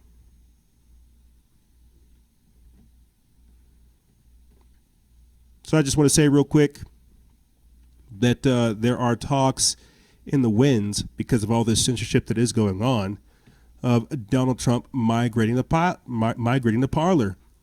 You can also find us over there on Parler @_Freedom Faction or @Freedom Fraction, no underscore. You can find us there. We will be operating there next week before we take our break, getting settled in over there. But I just think it's very interesting that we've been talking about migrating to Parler and Minds because of all this censorship. And as Donald Trump gets censored on Twitter, he too talks about migrating to Parler. Now, the important part about this, again, is that the technocracy is showing their hands. Networks are having to be created. This is the importance of having alternative networks such as Minds, BitChute, Vero, Holonis, Parler, like I said right there, DTube, library.tv, Gab, Shucks. There's so many different things to operate on. We shouldn't worry. But this is, again, why I say diversifying the content. We diversify the information because you guys deserve it. People don't understand that philosophy. But getting back to the technocracy, warning things, putting it out there saying, hey, we run the show, not you. Corporations, billionaires, celebrities, all showing their allegiance to the technocracy. Again, that woke Twitter mob. You notice how these are now the arbiters of truth. These are the people that tell you. You're not woke enough to understand why we need to topple statues. You're not woke enough to understand why we have to get rid of these things. Because you have to understand, again, this is year zero to these people. With the ground level forces of communists out there toppling statues, virtue signaling, scaring people, terrorizing them not to express their views, but then at home having their minds rewired and controlled through the technocracy and through the media. You have to understand, to a degree, people are in a vicious loop. They're unable to escape it. And it's only because we've created a pattern and a culture of awareness talking about this stuff, and we have the history and the pedigree of looking at this at these things in this way, that we're able to have this level of awareness. Not everyone else is out there like that. You see. But this is the technocracy. You see. Speaking of which, I want to bring up this other article, something else that happened this week that is very, very interesting. Right here, Blue Leaks. Anonymous leaks a mega trove of sensitive documents from 200 police departments. And before I go into this article, I couldn't help but, again, refer back to the documentaries I was listening to from G. Edward Griffin, where he was breaking down that communists would get into positions in police, local government, and then state government and federal government, and they would remove different committees where they were able to monitor and gather intelligence on local operatives. They would get rid of those committees and then they would just release that information. They would leak information of the officers that were running those committees. And I couldn't help but think of, oh my God, that happened today. That happened this week. You had anonymous hacking police departments leaking information to a radicalized and polarized population. What is the purpose of that? To get people unconnected to go out there and carry out these violent acts. This is why you have people shooting cops in the back of the head, carrying out this type of lawlessness, because they're being allowed to. They're going unchecked. They're using the race card, or they're using the lawlessness card, or they're using the Trump card, or they're using the whatever this is. But you see what I'm saying?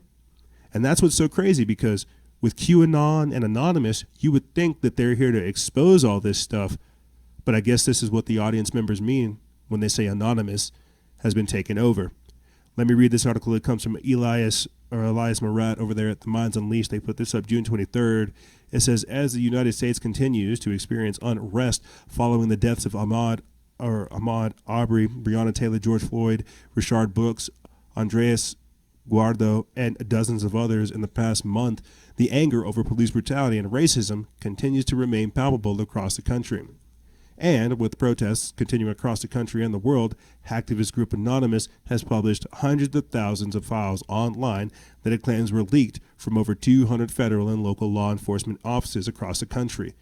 Dubbed, quote, Blue Leaks, the data dump includes everything from internal memos to emails, officers' personal information, and other information. Wired reports that the massive, quote, megatrove of documents was obtained by Anonymous and published by the DDoS Secrets Collective on Friday, June 19th, the holiday known as Juneteenth that marks the end of slavery in the United States on June 19th, 1865. The whole thing itself is 269 gigabytes. You guys can still go download it if you guys want to get all that people's personal information. And again, I just have to take a step back, because back in September, when we did the protest, our little rally, our little flag wave march, we ended up getting doxxed. People that I was standing with ended up getting doxxed. Their houses got doxxed. Their places of business got doxxed. Their significant others got doxxed. Their children's schools got doxxed. This is a classic communist tactic. This is what Antifa does. This is what Anonymous has now done. So this is what defund the police is doing. This is what I mean by that corporate revolution, where you have corporations and shadowy influencers telling you to go out and carry out these acts. That's what's so crazy about this. This is what I mean by like the purge-like situation that's going on out there. You got hundreds of thousands of law enforcement officers across the entire country basically calling in saying, we're not showing up, we don't want to work, we're quitting, we're resigning, we're retiring, we don't want to do this anymore. And can you blame them?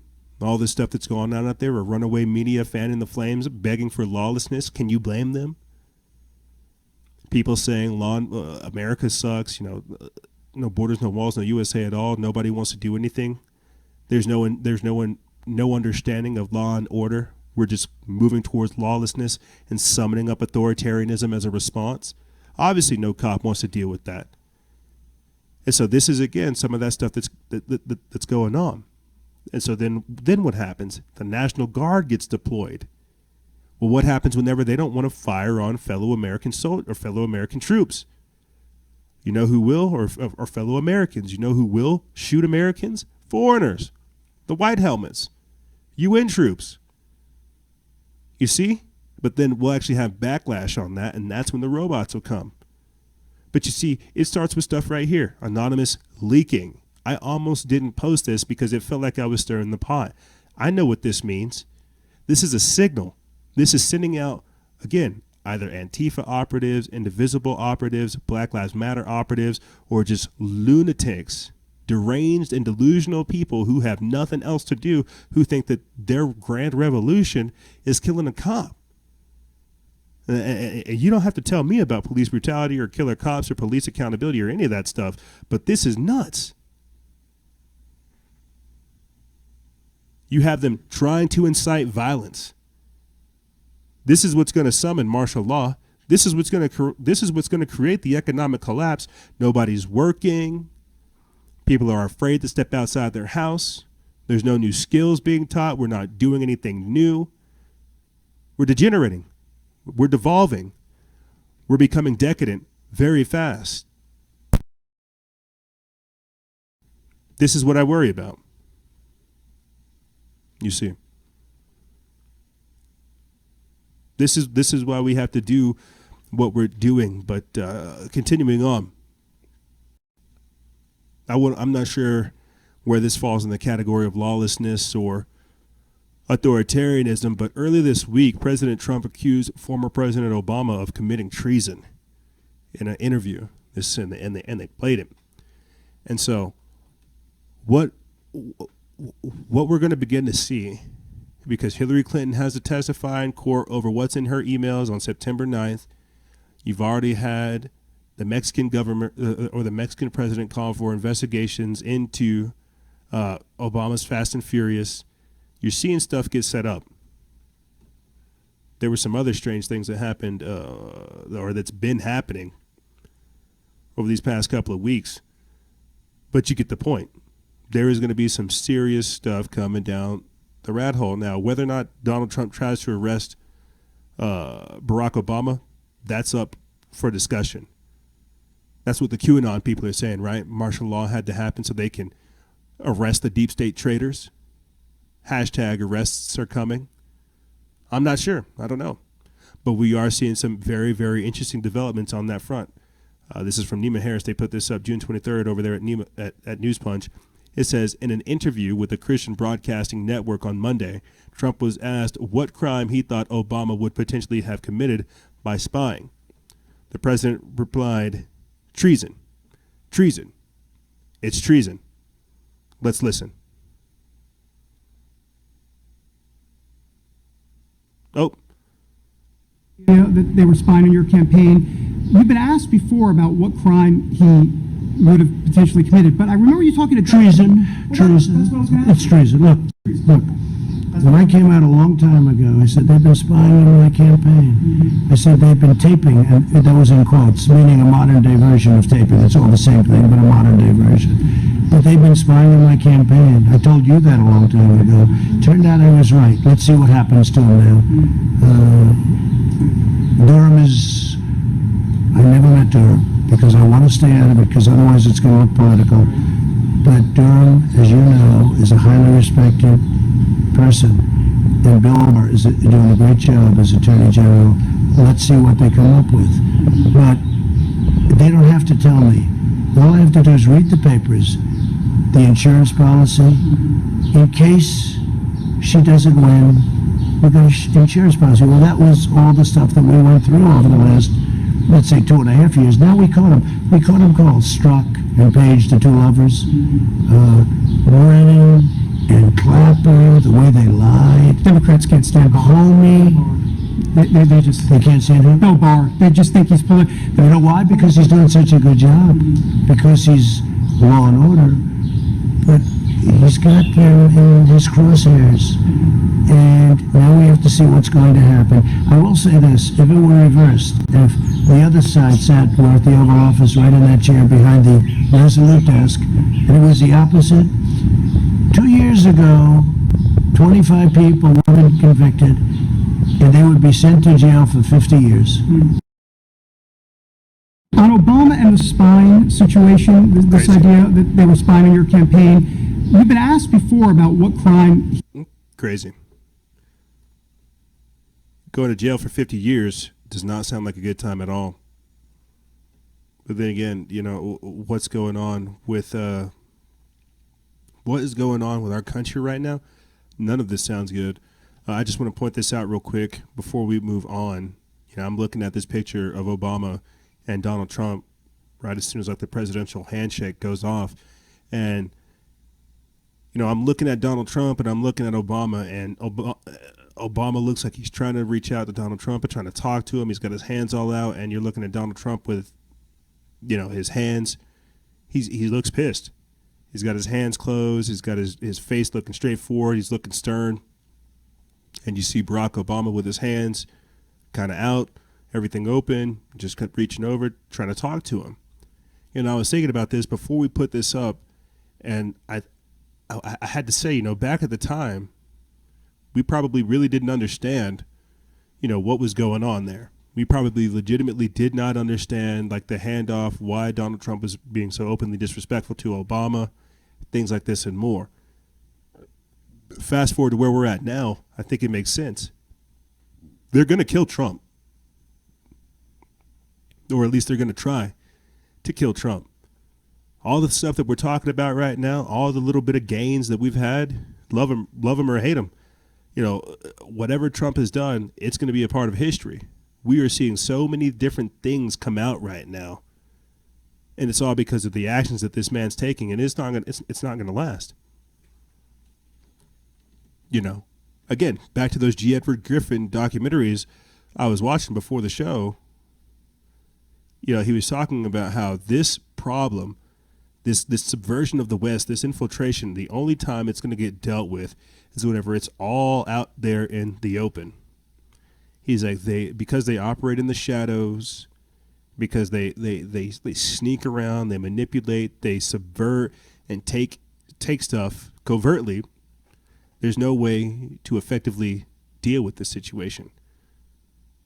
But the only way it'll get dealt with is increasing internal security, and whenever it actually gets brought out into the open. And whenever I was hearing G. Edward Griffin talk about this, I couldn't help but think of, well, this is where we're at right now.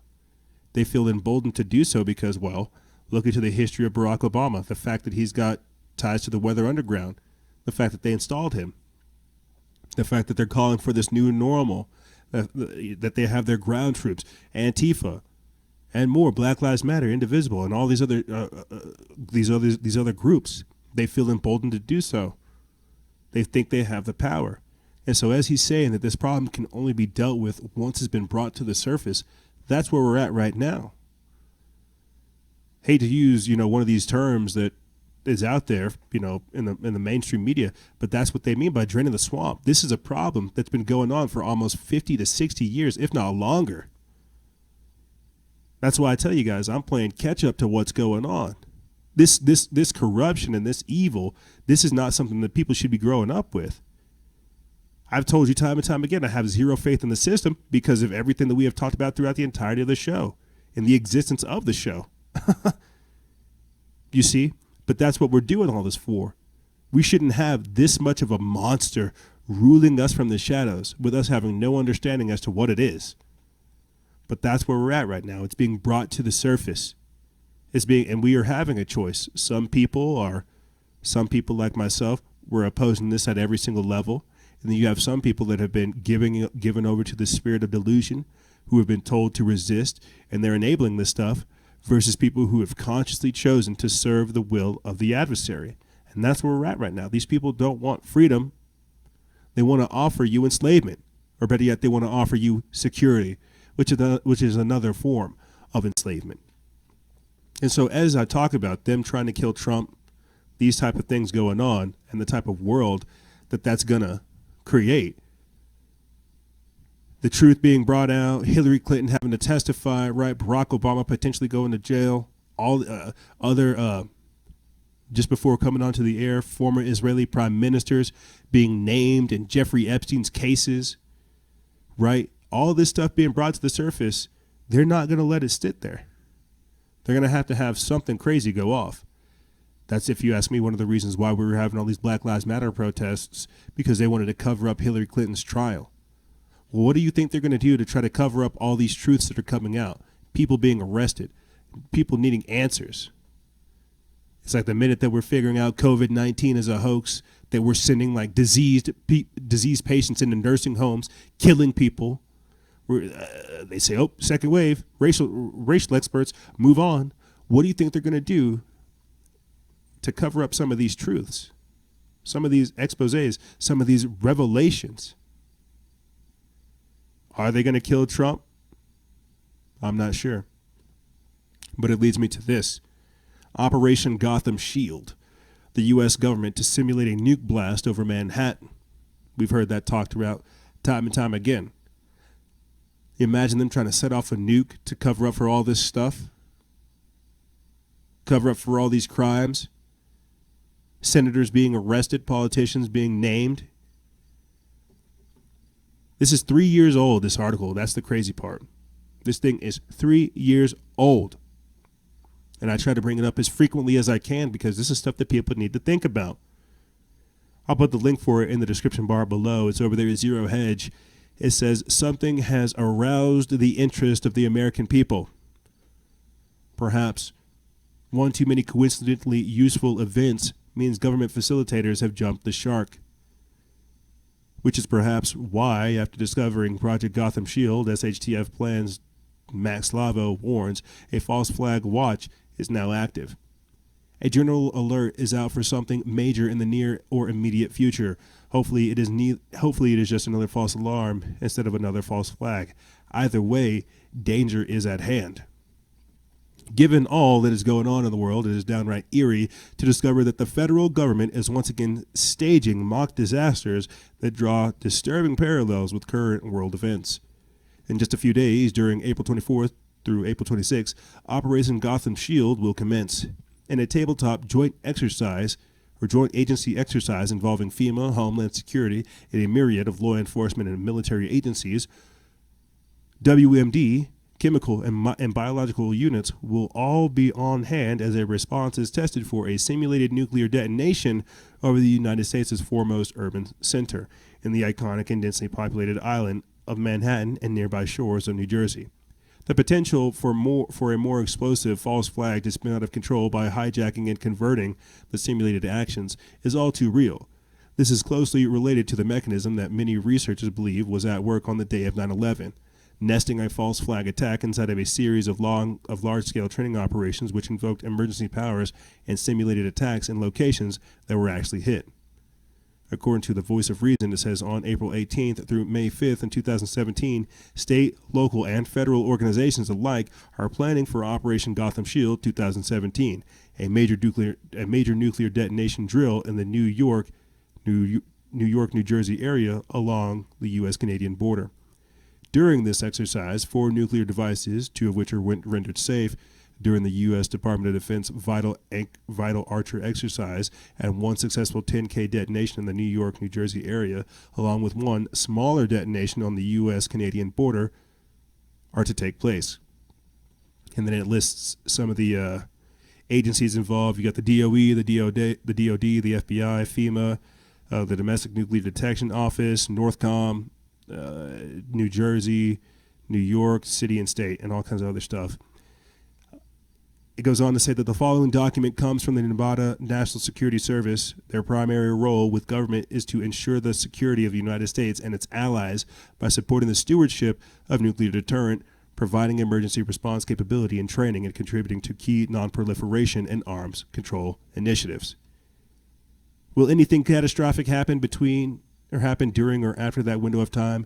Will North Korea really attack the U.S. mainland? Will someone else do so and blame their overseas enemies?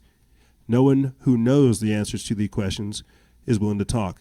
For now, all we can do is watch, wait, and listen. And that's where we're at right now. Watching as these people are getting more and more whipped up into a frenzy, carrying out more and more crazy attacks. Think about this. They just got away with basically setting up an autonomous zone, tearing down statues, having shootings. How far off? They were blowing up ATMs, small-time bombings during these George Floyd protests, organizing pallets of bricks to be distributed in organized protest, organized violence. I can't help but think that some type of shooting, some type of bombing, something crazy has to happen next. You see, because that's how these people are. That's how criminals are. They want to be caught. They have to do more and more crazy things to get your attention. That's what's even more crazy. Like terrorists, I thought we weren't supposed to give these people airtime. But now that they have airtime, they're conducting more and more crazy acts, more and more dangerous things.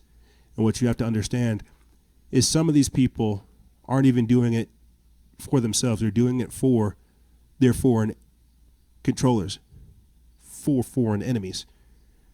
You see, which leads me to my next and final article for this segment And the show. Another false flag. China plans a Pearl Harbor type EMP attack on the U.S. This actually came up going into the weekend, but I didn't post it because I didn't want to fearmonger people. I didn't want to scare them. But putting it in this context now, to where we've talked about Communist Party officials, foreign agents operating domestically, foreign interests, using domestic people to operate here, smuggling in materials. You know, I could talk to you guys about Antifa working with the cartel and ISIS, you know, how they're getting into gun running and human smuggling and stuff like that. But people aren't ready for those type of conversations. And so when I say that there are Communist Party officials here in America working to take it down, it couldn't be any far from the truth. And so them planning a EMP attack to knock out our grid that allows for them to organize all kinds of stuff. I mean, think about this. With Dr. Charles Lieber, he was one of the main people at the center of the coronavirus scandal who had ties to the Communist Party of China. He got caught smuggling biological materials. You see? And if you don't think that China's trying to figure out a way to either smuggle in materials or set off some type of nuke or something like that, we're in a trade war right now. And it's all about the Benjamins. You see, that's why they want control. And when I tell you that we have people here in the country that have seething hatred for everything Americana, this is the type of stuff that they would love to see carry on, even if it means sacrificing themselves. This is the level of derangement that we're under. And I talked about this week. The traitors that think they're going to get away with this are going to be the first ones lined up and shot, because nobody does work with traitors. If you're willing to sell out your own country, there's no way you're going to be a part of the incoming regime. Let me get into this article. We put this up June 23rd. It's by Max Lavo over there at SHTF Plan. It says, could we be seeing the making of yet another false flag or psychological operation? The mainstream media knows what they are doing when they use words like Pearl Harbor type attack. A recent claim by Dr. Peter Pry, expert from the EMP Task Force on Homeland and National Security, claims that China is going to use an EMP, an electric magnetic pulse, to attack the United States. Pry claims there's a serious possibility of China plotting a surprise EMP attack on the United States. Of course, this is based on mainstream fear-mongering, but is there any truth to that fear? There is, considering the language used by mainstream media. The key word from the report is that China is planning a Pearl Harbor type attack.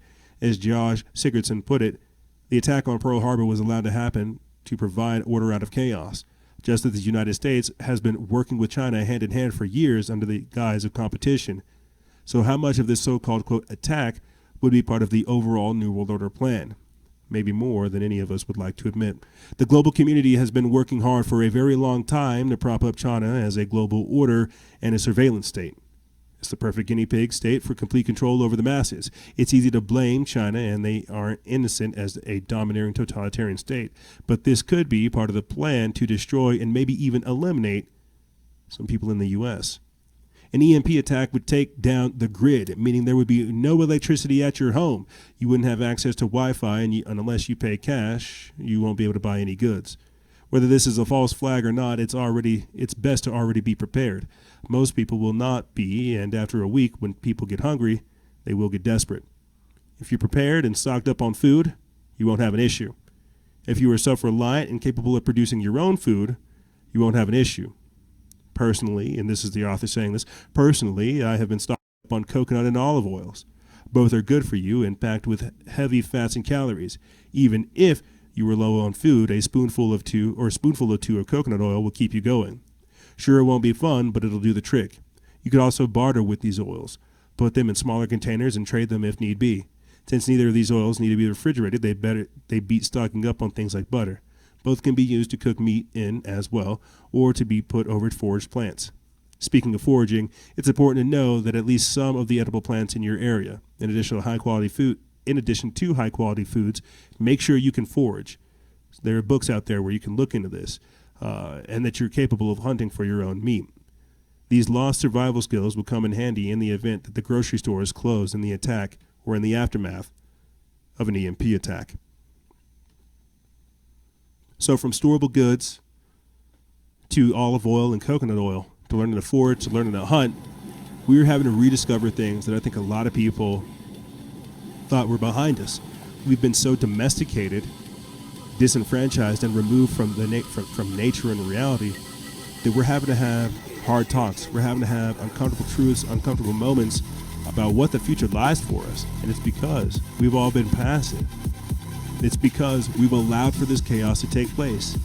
This is that autonomous society. This is that automated living, that domestication, where we don't know where our food comes from. Where we found out just this year that 80% of our pharmaceuticals come from China. That a fair amount of our food manufacturing and production also takes place from Chinese-owned companies. So would they destroy us? Would they release an EMP attack? It would be the most easiest way to disable the grid, knock out people, save the land, save the country, because in the event of a military invasion or some type of occupation, you don't want to destroy the land that you're operating on. You just want to be able to disable the grid, the power grid, the communications grid, be able to control the people, round them up if need be, and exterminate them. You don't want to destroy the earth. God's not making any more land. God's going to make more people if you allow it. You get my logic here? This is the Communist Party. This is globalism. This is the technocracy. This is the corporatocracy. This is why we fight these things. This is why we're here, having to retroactively understand the importance of the work that we do in these times. And that's why things are getting crazy. And that's why we can't put the genie back in the bottle. Ladies and gentlemen, this is the Cultural Revolution, Virus Views, and Preemptive Warnings.